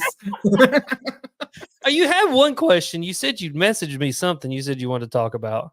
Oh yeah, we'll get to that in a second. But I had one last thing I want to say on that before we switch gears, and that is nowadays when we talk about just fishing in general, fishing's huge, but tournament fishing is getting even bigger. And I know tournament fishing looks cool. You got the guys that have all the jerseys and all these logos. The bass boats are all decked out. They look like battleships, things like that. I think from our guy instincts growing up in the outdoors are like, oh, that's some cool shit. That's freaking awesome. And there's nothing wrong with that. I will never say there's anything wrong with that. But we need to remember that while, yes, tournament fishing is cool, all this stuff that you can do in tournament morning blast-offs, the theatrics of it, it's awesome. But remember, at the end of the day, we don't have it without the bass. If you don't take care of the bass, we're not going to be here. And that doesn't even just fall into bass itself. That falls into the forage. That falls into the other species that live in that ecosystem. Take care of the lakes first and foremost. Remember that there's other life here that we're dealing with. So I just had to say that because there's a lot of tournament fishermen that I see out there that treat these fish like absolute garbage, and it makes me sick. Yes, they do. And it's awful. And you are right. It's not just the bass. It is a whole ecosystem. And if elementary science taught us anything, is that if you take one part out of a food web, the whole food web can collapse. We have to think about these things. And so when you take an Alabama bass from Alabama where it's supposed to be, and you put it in Tellico Lake where it's not supposed to be, those Alabama bass are going to breed out all the smallmouth, so we don't have any brown fish left anymore, and they're going to eat all of the species of fish that they can get their little greedy mouths on, and you can collapse whole food webs, and you can literally drive certain species of fish to extinction by doing that. Shoal bass are going to be one of those if we're not careful. They're already in the Ocmulgee River, and I can promise you guys, I tossed every single spotted bass that I caught up into the woods after I caught them on the Ocmulgee River, because that is a shoal bass fishery that is not going to have shoal bass in it anymore because people wanted to introduce an Alabama bass there like a jackass. So yes, I agree. That's the thing. People like, to me, dude, it's so existential. That's my word tonight, but it is existential to think about. Okay. I think our problem is, and I've talked about this before, and then we'll get off this because we can go down this rabbit hole. We as people, not just outdoorsmen, have a connection to charismatic megafauna. Okay, so bears, moose, meese, whatever you want to call them, elk, deer, the meeses, elk, deer, the big stuff, and it's like you see these big animals, and if somebody came to you and said, man, if we don't stop introducing black bears into Yellowstone, we're not going to have any grizzlies. Then people would go, yeah, we probably need to quit with the black bears so that we can have grizzlies in Yellowstone, because we don't want the grizzlies to go away, even though they are walking nightmares. We don't want the grizzlies to go away because that's a beautiful animal. It's a big megafauna animal. It's something that you can relate to. But we as humans, and especially as outdoorsmen, we forget all the little things, the little snell darters and the rainbow darters and the log perch and these little, like the true Coosa bass, not a Coosa River spot. That's just a slang term for Alabama bass, but a true Coosa bass. Those bass are doing well now, but every creek and river that the Alabama bass is introduced into, the Coosa bass ultimately find their demise.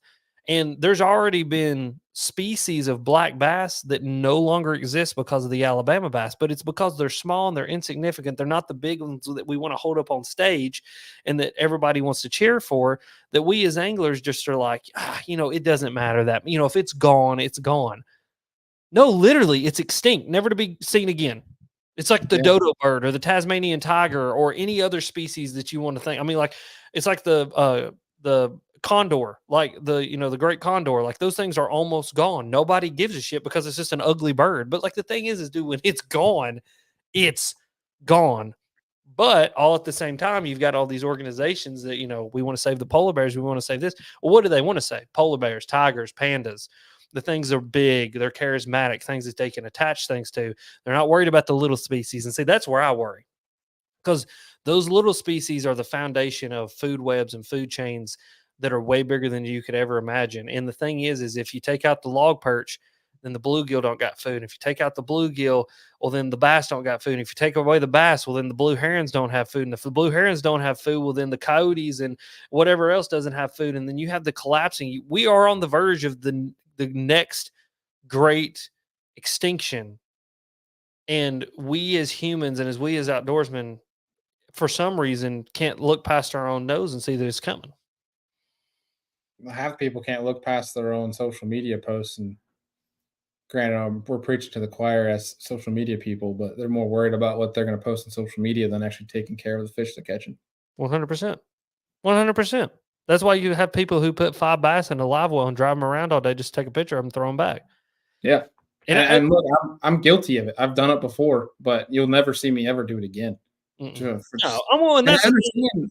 I understand there's a lot of this that is like, some people might be understanding or learning, going through the ropes now, and might be a first time thing. Like, we understand if you can't practice if you don't know, but if you are doing it and you know about it, you're the scumbag. Well, I used to be ignorant to so much information that I'm not ignorant to now. And so the true mark of a man, in my opinion, or a woman, either one, I don't care, is when they can admit they're wrong. Yeah. And there's been many times I've admitted that I'm wrong, and I've changed what I'm doing to better myself. And so, like, I think a lot of us as bass anglers need to start listening to these dude, that's why I have these conversations on my podcast, why I have these conversations here with you. It's why I'm always preaching it, is because at the end of the day, catch and release of everything is not the answer. Catch and eating of everything is not the answer. There's a fine balance that needs to be struck, and there's things that we need to do to improve our fisheries. And, again, very nuanced conversation. This could last hours, right? This could last hours. But I mean, I would implore anybody and everybody to go listen to the podcast that me and Bailey have done with Steve Barden, with Gene Gilliland, with Shan O'Gorman, with John Hammonds. I'm about to have Dr. Steve Salmons on. He's the leading expert on shoal bass. And listen to these conversations, listen to what the experts are saying, because these people are not stupid. They're not against you. And I think that's one thing that we get a lot of caught up on is that like we associate science with being wrong. And the science that these guys are doing is not the science that was being done during COVID and vaccines and all that shit that we don't trust. This science doesn't have any money put into it. Like, these dudes are fucking, most of them are broke. I mean, as broke as they get. Like, they got grants that are worth $20,000 and they need, $100,000 to get the grant done.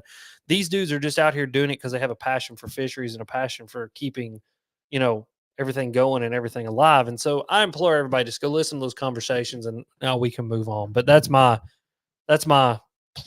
call to action, is go listen to those podcasts, listen to these guys, and start to open your mind. So, yeah,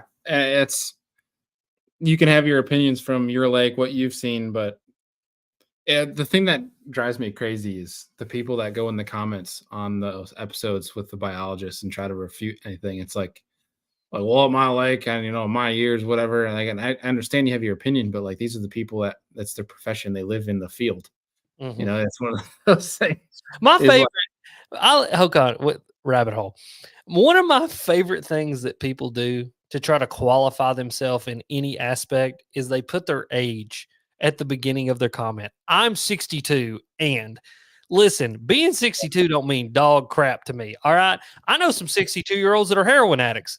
Doesn't make them any better than anybody else. Like, just doesn't mean anything. Like, you're gonna have to qualify yourself just a little bit more than, dude. I'm not shitting you. One time, I had a comment. This guy said, "I'm 62." The comment under it said "I'm 57," and then the comment that replied to that said "I'm 63." And all three of these dudes like qualified their comment with the age that they were. I love it. It's funny. But anyway, I'm sorry I interrupted you, but I just had to get that out there. No, I mean, if anything, it was more supporting of what I was gonna say. Where it's like, these people, they think it's because they've been fishing a lake for 30 years that makes them some expert on what the lake needs. Where it's, let these fisheries biologists put in the time to actually figure out what the issue is and figure out a solution for it. Like, we're not going down this rabbit hole, but just for a quick example, like, people talk about technology now. Let the biologist study the damn thing before we make a decision that is either for or against, because you and I could completely disagree on something and have an opinion on how it's to be done, but neither you or I have the fisheries biology background to make an actual educational decision on what is best for the fishery. So it's stuff Neither like that. I have the data. The only thing that we do have, and I will try to qualify some anglers a little bit here, is that we have anecdotal experience. And the thing is if you see something, say something. Like, if you see a decline in your fisheries and you truly believe that there's a decline in your fisheries, then do a little experiment. Catch fish, weigh them every single time that you catch them, and write it all down in a book. And if the overall size is dropping over a 3-month period or, something like that, then go to your fisheries biologist and be like, hey, this is what I think's going on. And that's how we started it on Douglas. That's how we got the regulations changed on Douglas to almost a slot limit. Is like, literally the anglers were like, hey, we're not catching any big fish anymore. And they were like, all right, well, then let's implement this and let's see what happens. And we've seen some size increase come back on Douglas.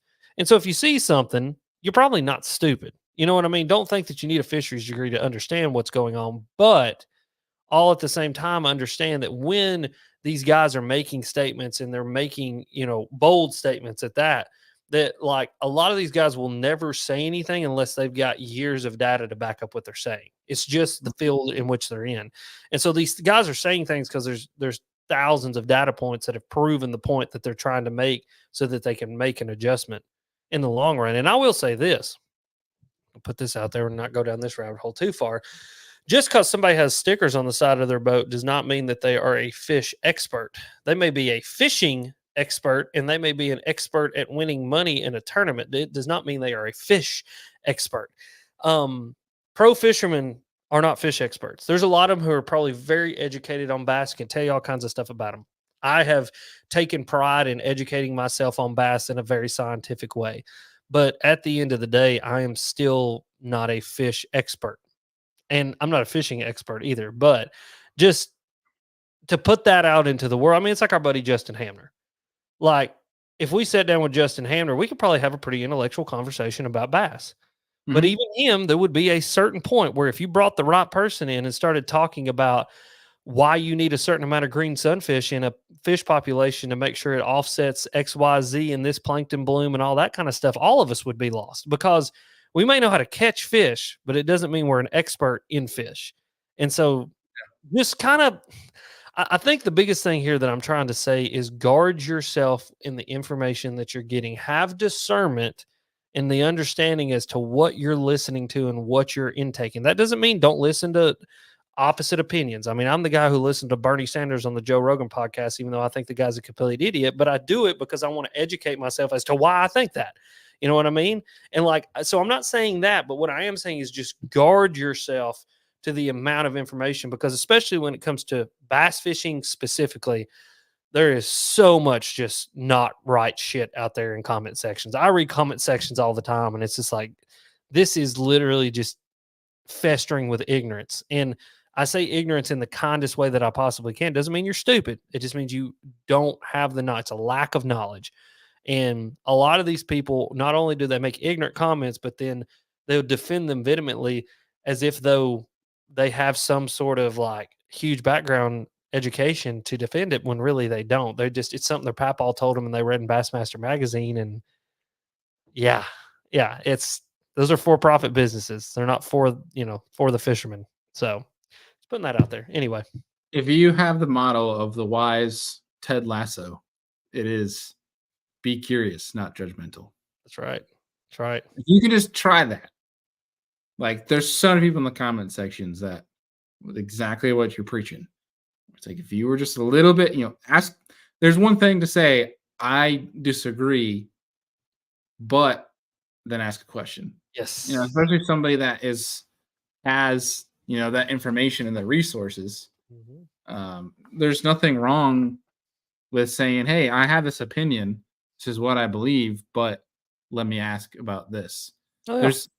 It's just like the same thing of like the 2 point of views. When there's a topic at hand, before you try to, speak your opinion into existence, look at both sides. Yes. Gather the facts, not the opinions. There's definitely a hard time for some people these days to understand what is opinion and what is fact these days. It's like needs and wants, buddy.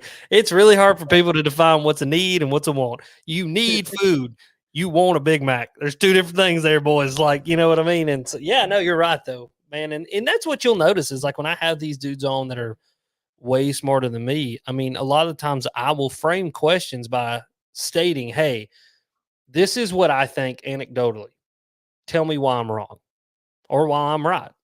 And if they justify it, then they justify it. If they pick it apart and tell me I'm stupid, well, it may be time to sit back and learn something and go on. But it's like I always told my elementary school kids when I was still a teacher, be a lifelong learner. Mm-hmm. You do that, you'll end up better off than what you started with. Amen. Yeah, if you feel yourself not getting curious anymore, chances are you're probably going down that path.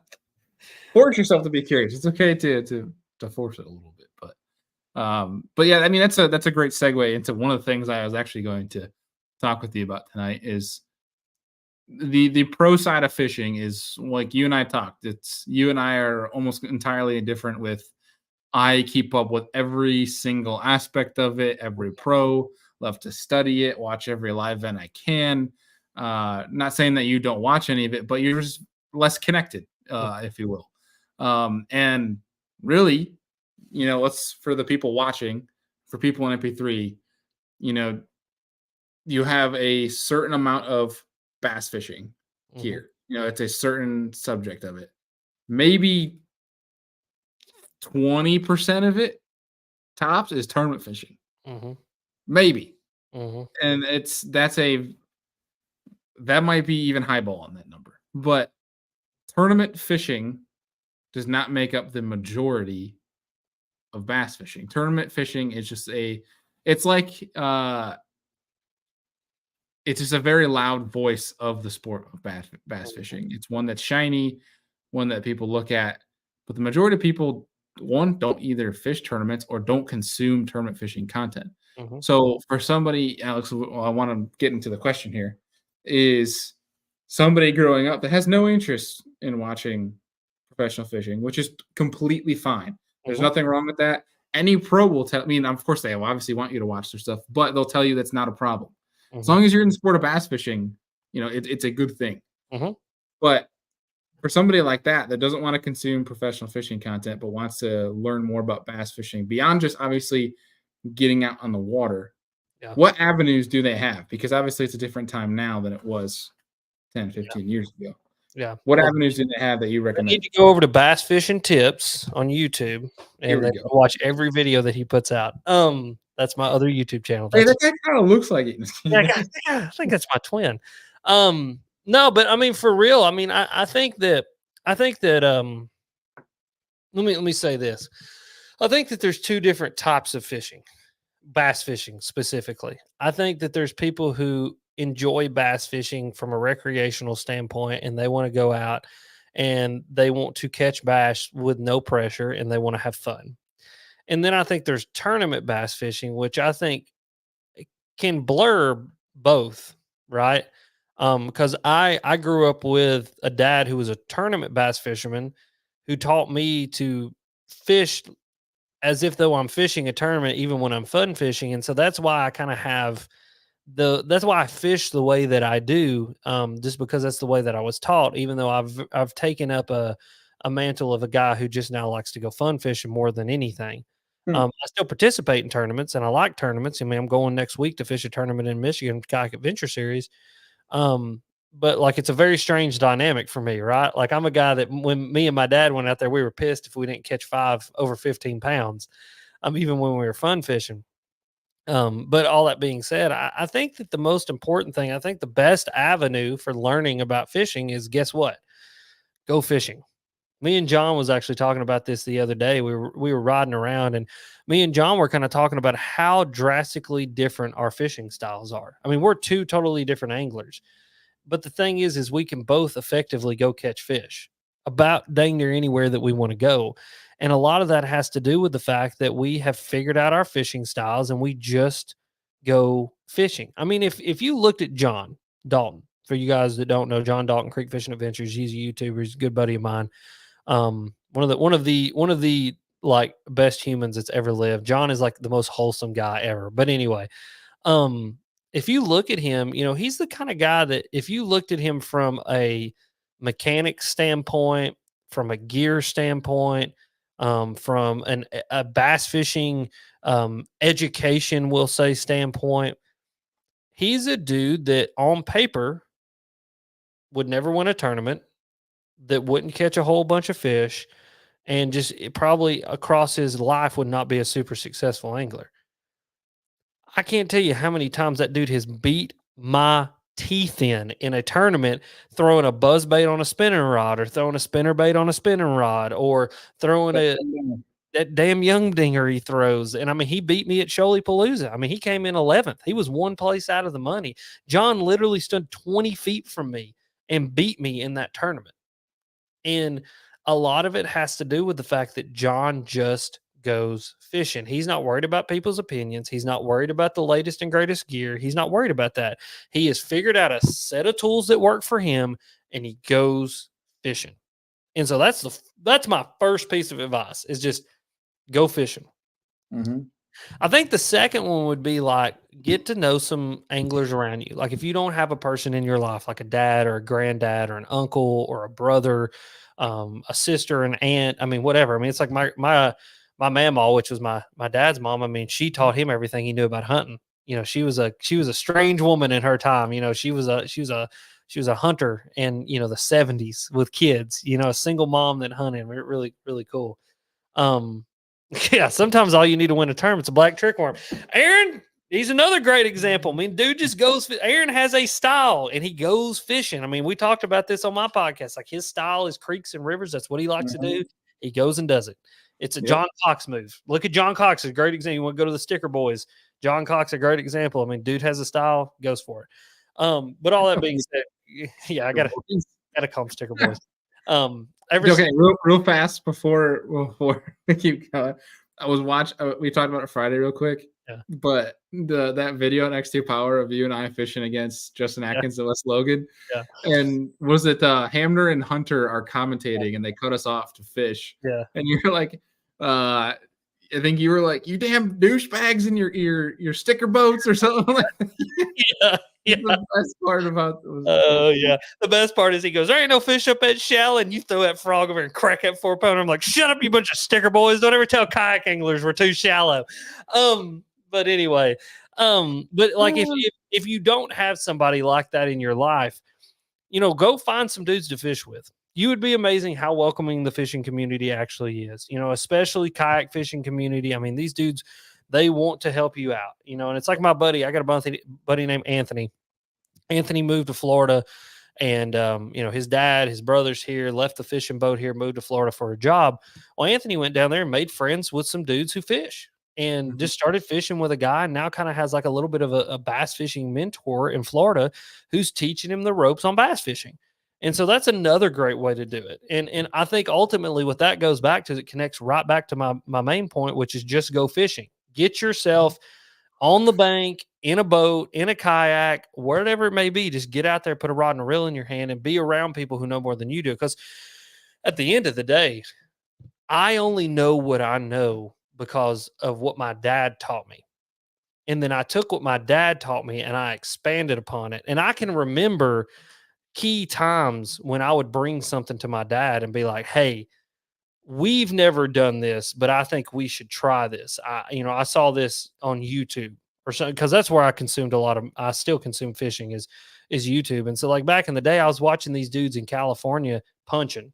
It like wasn't a big thing around here. It was before punching got really big. And like, dude, I was punching 1 ounce, 2 ounce weights on grass mats on Lake Guntersville before people were really doing it back in like 2007, 2008 timeframe. And I'm sure there were people doing it, but I was out there doing it and catching fish. And then so they, like my dad learned from me, then the whopper plopper, but that was another one, watching Larry Delberg catch muskies and pike. And so I went and bought a whopper plopper because I was like, I want to go try to catch a muskie on Mountain Hill. And then figured out, oh shit, 20-inch smallmouth will eat it too. Well, and that was another thing in the repertoire. And so I consume, that being said, my next point would be consume things outside of bass fishing. I can promise you, I've learned more consuming trout, muskie, striper, other predatory fish than I have in bass fishing. Well, I wouldn't say I've learned more, but I've learned an immense amount of weird shit that works. That I've told you about. I mean, it's like Choppos and whopper ploppers. I mean, dude, that was literally Larry Delberg. Amazon fishing, muskie fishing. I was like, that's a cool lure. I want to go try it out. I bought one and I experimented until I figured out how it works for me. And now there's a bite that I can go get on from July to about October and hammer fish on that thing. Yeah. And it's super fun. And it's just because I tried something different. It's shoal bass. I learned a lot shoal bass of watching dudes on the internet that were not tournament anglers, just dudes out there fun fishing. And then things that I learned during trout fishing, how trout use certain runs and how trout use riffles and how trout use rocks. Shoal bass is essentially a bass trout is what it is. Like they act exactly the same. And so I learned how to fish those fish by kind of applying some trout stuff. And if you watch Aaron's outdoor, and there's no S on the end because somehow he screwed up and didn't get the plural. The dude is a Choppo fiend. He likes Choppos like I like Blaze Money Badgers. But yeah, that for me is the three biggest ways that if you're not going to consume pro fishing, and honestly, you got to be really careful with pro fishing too, in my opinion. Not that I'm saying those dudes aren't fishing experts, because they're fishing experts.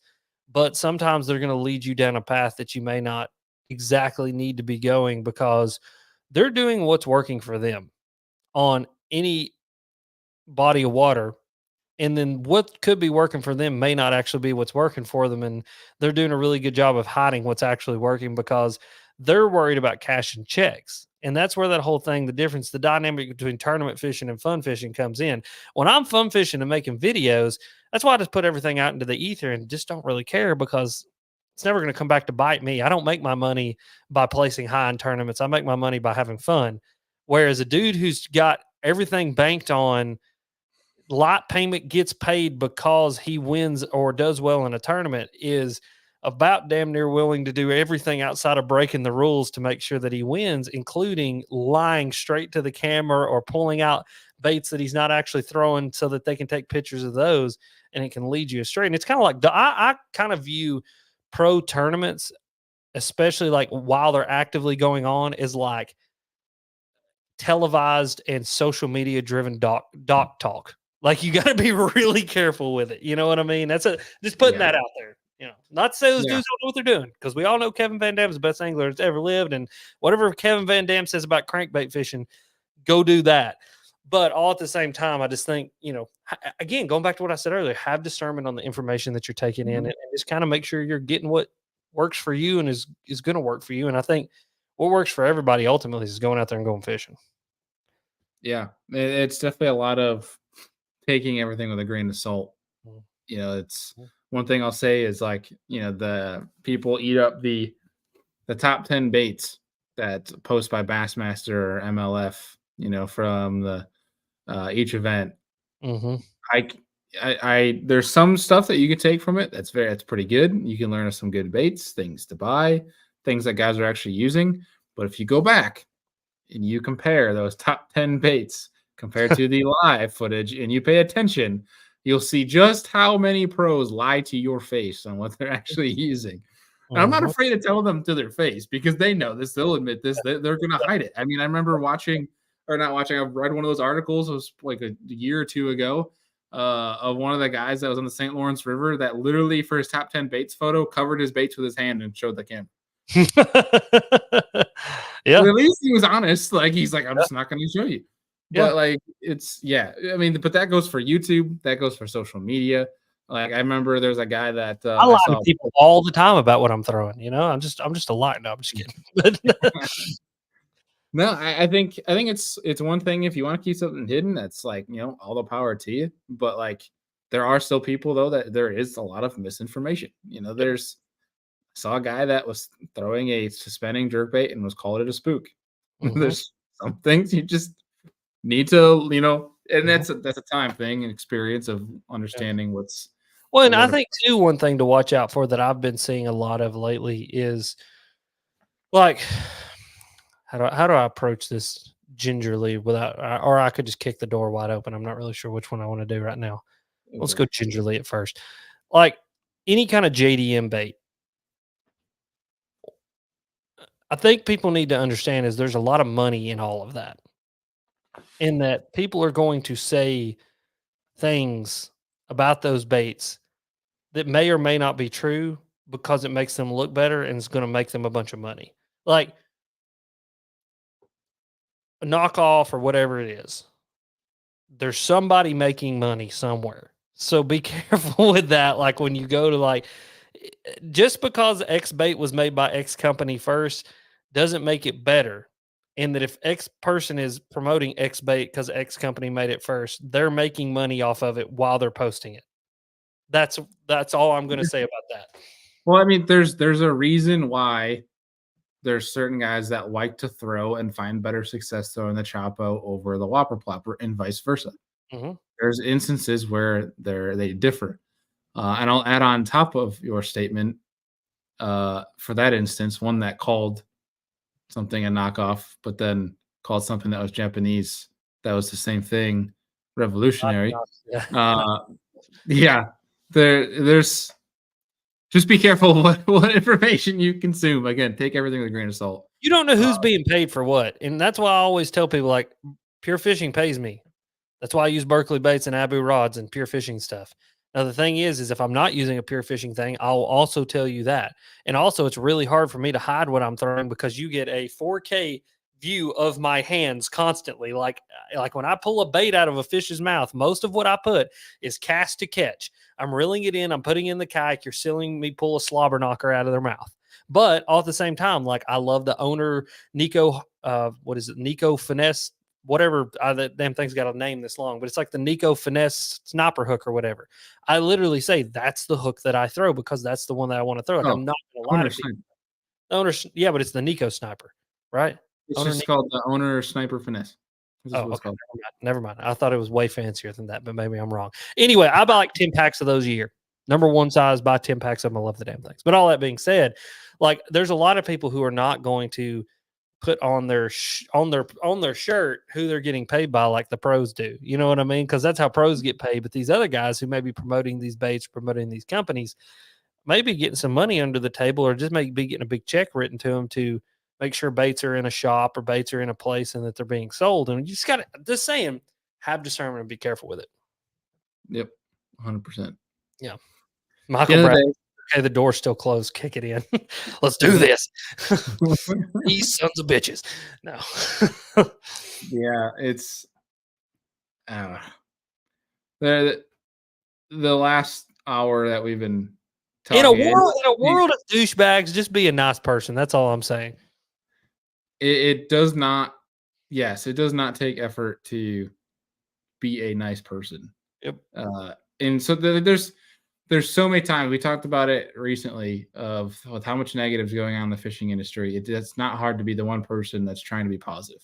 Mm-hmm. And that's one where I admire. That's you're doing it. You know, Ben's doing it. There's several people that are trying to lead down that path. You know, Carl Jocumsen on Friday talking about his Fear My Heart incentive, where it's like screw all this negative crap. Mm-hmm. You know, we're gonna award the people that are doing good things for the sport, and we're gonna talk about it.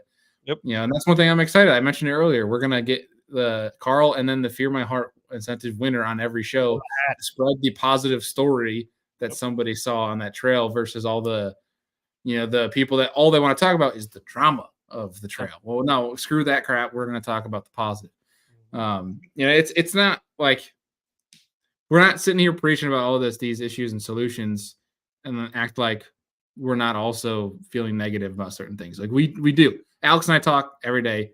There's definitely a lot of negative that we get wrapped up in, but we remind ourselves that at the end of the day, we love this sport for a reason. If we keep reminding ourselves of that, we'll do the right things and help hopefully band together, lead the sport down the right path. And at the end of the day, that's why we get as worked up about certain things as we do, is because we do love bass. We love bass fishing, right? You know, and I mean, that's why, you know, like conservation and invasive species are one of my things that I get worked up on. It's because I love bass, not just a bass, a particular 5 set of bass that may win a tournament. I love bass, all of them. Like I want them all to thrive because when they all thrive, we all have fun.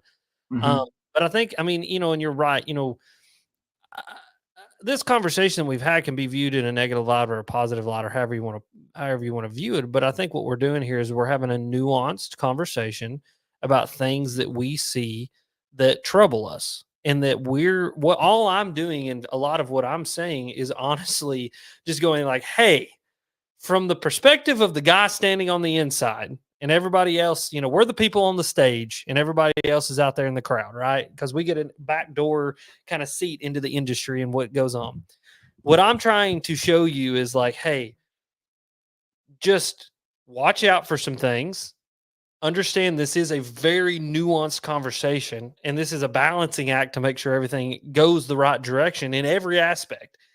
Bait making, pro tour, money in, money out, conservation, fisheries management, all these things are being tossed around in this madness that is bass fishing in particular.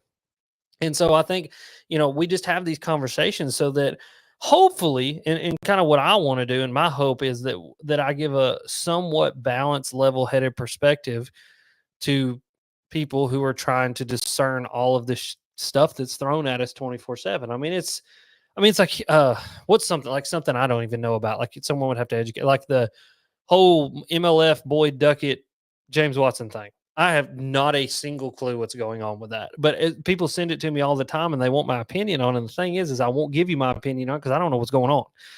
And also it's kind of just a negative thing that honestly right now in my life and with what I've got going on, I really just don't care to know about it. And that's kind of what we kind of talked about earlier. It's like, I don't consume pro bass fishing just because I mean, I hate to say this. I have a lot of friends who are pro bass fishermen. They're good dudes. I love those guys. I just don't care though. Like I really don't care. I know Justin Hamner won the Bassmaster Classic. Outside of that, I could not tell you a single person who's won a tournament this year. Nope. Yeah, I mean, that's the prime example of it. Like Jordan Lee won that MLF tournament just a couple of days ago. I do know that because Berkeley posted it. But other than that, dude, I got nothing. You know what I mean? And it's just because I'm that type of human who just doesn't consume it. But I want to also be able to give people a level-headed perspective of just fishing and what's going on. And so hopefully they can kind of discern and make their own opinions. And that's the best part is it's my opinion, and opinions are like buttholes, and normally everybody stinks. Hopefully mine's kind of wiped clean and smells pretty good. But anyway, go on, Bailey. Go on. I use the bidet, so maybe it's all good and washed off. It's squeaky clean for the consuming. Anyway. I think that's the perfect way to wrap it up. Otherwise, we're going to go down some other rabbit hole for an hour. Well, you hear that, people? Make your own opinions and bring your own bidet. That's right. Right. If you're gonna let me know your opinion, at least make it clean before you give it to me. That's right. Wipe it with some dude wipes and make sure it's good and squeaky clean. The menthol ones are the best. They make your butthole kind of tingle. But anyway, they'll make your opinion tingle too. Dude wipe, give me a call. Yeah. AlexFishing@gmail.com. We'll see you later. And that's how you market, people. That's how you get paid right there. Yeah. Dude, what I like about it is that, like you mentioned, it could be somewhat perceived as negative, and I totally understand that. And that's something I've been trying to avoid on the show for weeks on end, is, avoiding these big topics. And sometimes you can't. Sometimes when your guest wants to talk about them, your guest wants to talk about them. But I think what I like we did in this one is that, yeah, we might have pointed out some negative, but we also provided solutions to it. Whereas there's certain people right now that are making only videos about negative things, telling you about them, but then not providing a single solution. Instead, they're just providing an opinion that is just basically to get you to thumbs up, band together, and be negative together. Mm-hmm. Which is nothing for anybody. Stoke the fire, get out the pitchforks, and let's storm the castle. And like I think that's one thing that I'm definitely saying too is guard yourself to that, because we as humans we are tribal, period. It doesn't stop at the end of the day. And we can get so wrapped up in the politics and the tribalism of any aspect of life. And so you just got to be really careful not to just become a Swiftie, consume your mayonnaise music sandwich and just like fall in line with the rest of the sheep. Be the guy who's willing to walk back against that and just not fall into that trap of a mayonnaise music sandwich. Yep. Exactly. That's my mayonnaise music sandwich. You like that? Hey, and like I used to tell my kids all the time, you said it, everybody will provide you with a problem, but not a solution. My kids, when I was a teacher, especially my fifth graders, they'd walk up, Tracy said I'm ugly and blah, blah, blah, and this and that and this, blah, blah, blah. And I go, all right, you've told me the problem. So I've heard the whole problem, and all you've given me is a problem. How are you going to fix it? And they would just stand there and look at me. And they go, well, maybe I could tell her that hurts my feelings. I'd go try that. And normally there was a resolution. Sometimes Mr. Rudd had to step in and resolve it himself. And sometimes there's going to be aspects of life where that happens. But for the most part, you would be amazed how if you just stop and think, what is the resolution to the problem that I have manufactured for myself or has been manufactured for me? You can look at it as a positive light. You can flip that negative into a positive, and you can turn it into something good. I want to see the kitty. I heard it. Look at him. Look at his face. He's like, put me down, damn it. He said, put me down. He's sitting here trying to climb up my lap. Yeah, he does not like the camera. What's up, buddy? Yeah. That's what Kitty, my cat, she'll be like, she'll want something, she'll go, and then here she'll come running across the room. I'm like, what do you need, cat? That's funny. Yeah, I forgot. I mean, on my stupid soundboard wouldn't work, so you could hear him now with the MacBook. I got a soundboard. What do you want? You want blue, kind of dark blue, kind of teal blue, or yellow? Let's go teal blue. Perfect ending. That's it, people. There's one more. All right, there you go. Buddy, I appreciate you. I love you, and always love getting you on this show. Absolutely, buddy. Love you too, man. Hopefully, by the end of next week, I'll be holding a Kayak Adventure Series trophy, and we can come back on here and talk about it. Hell freaking yeah. Go smash them up in Michigan if people are not signed up for that. I don't know what to look for. But yeah, folks, appreciate y'all. You guys are amazing. We'll see you on we'll see you next week. We got episode with the Omnia Fishing folks, but you guys are sweet. Alex, you're amazing. See you folks in the next one.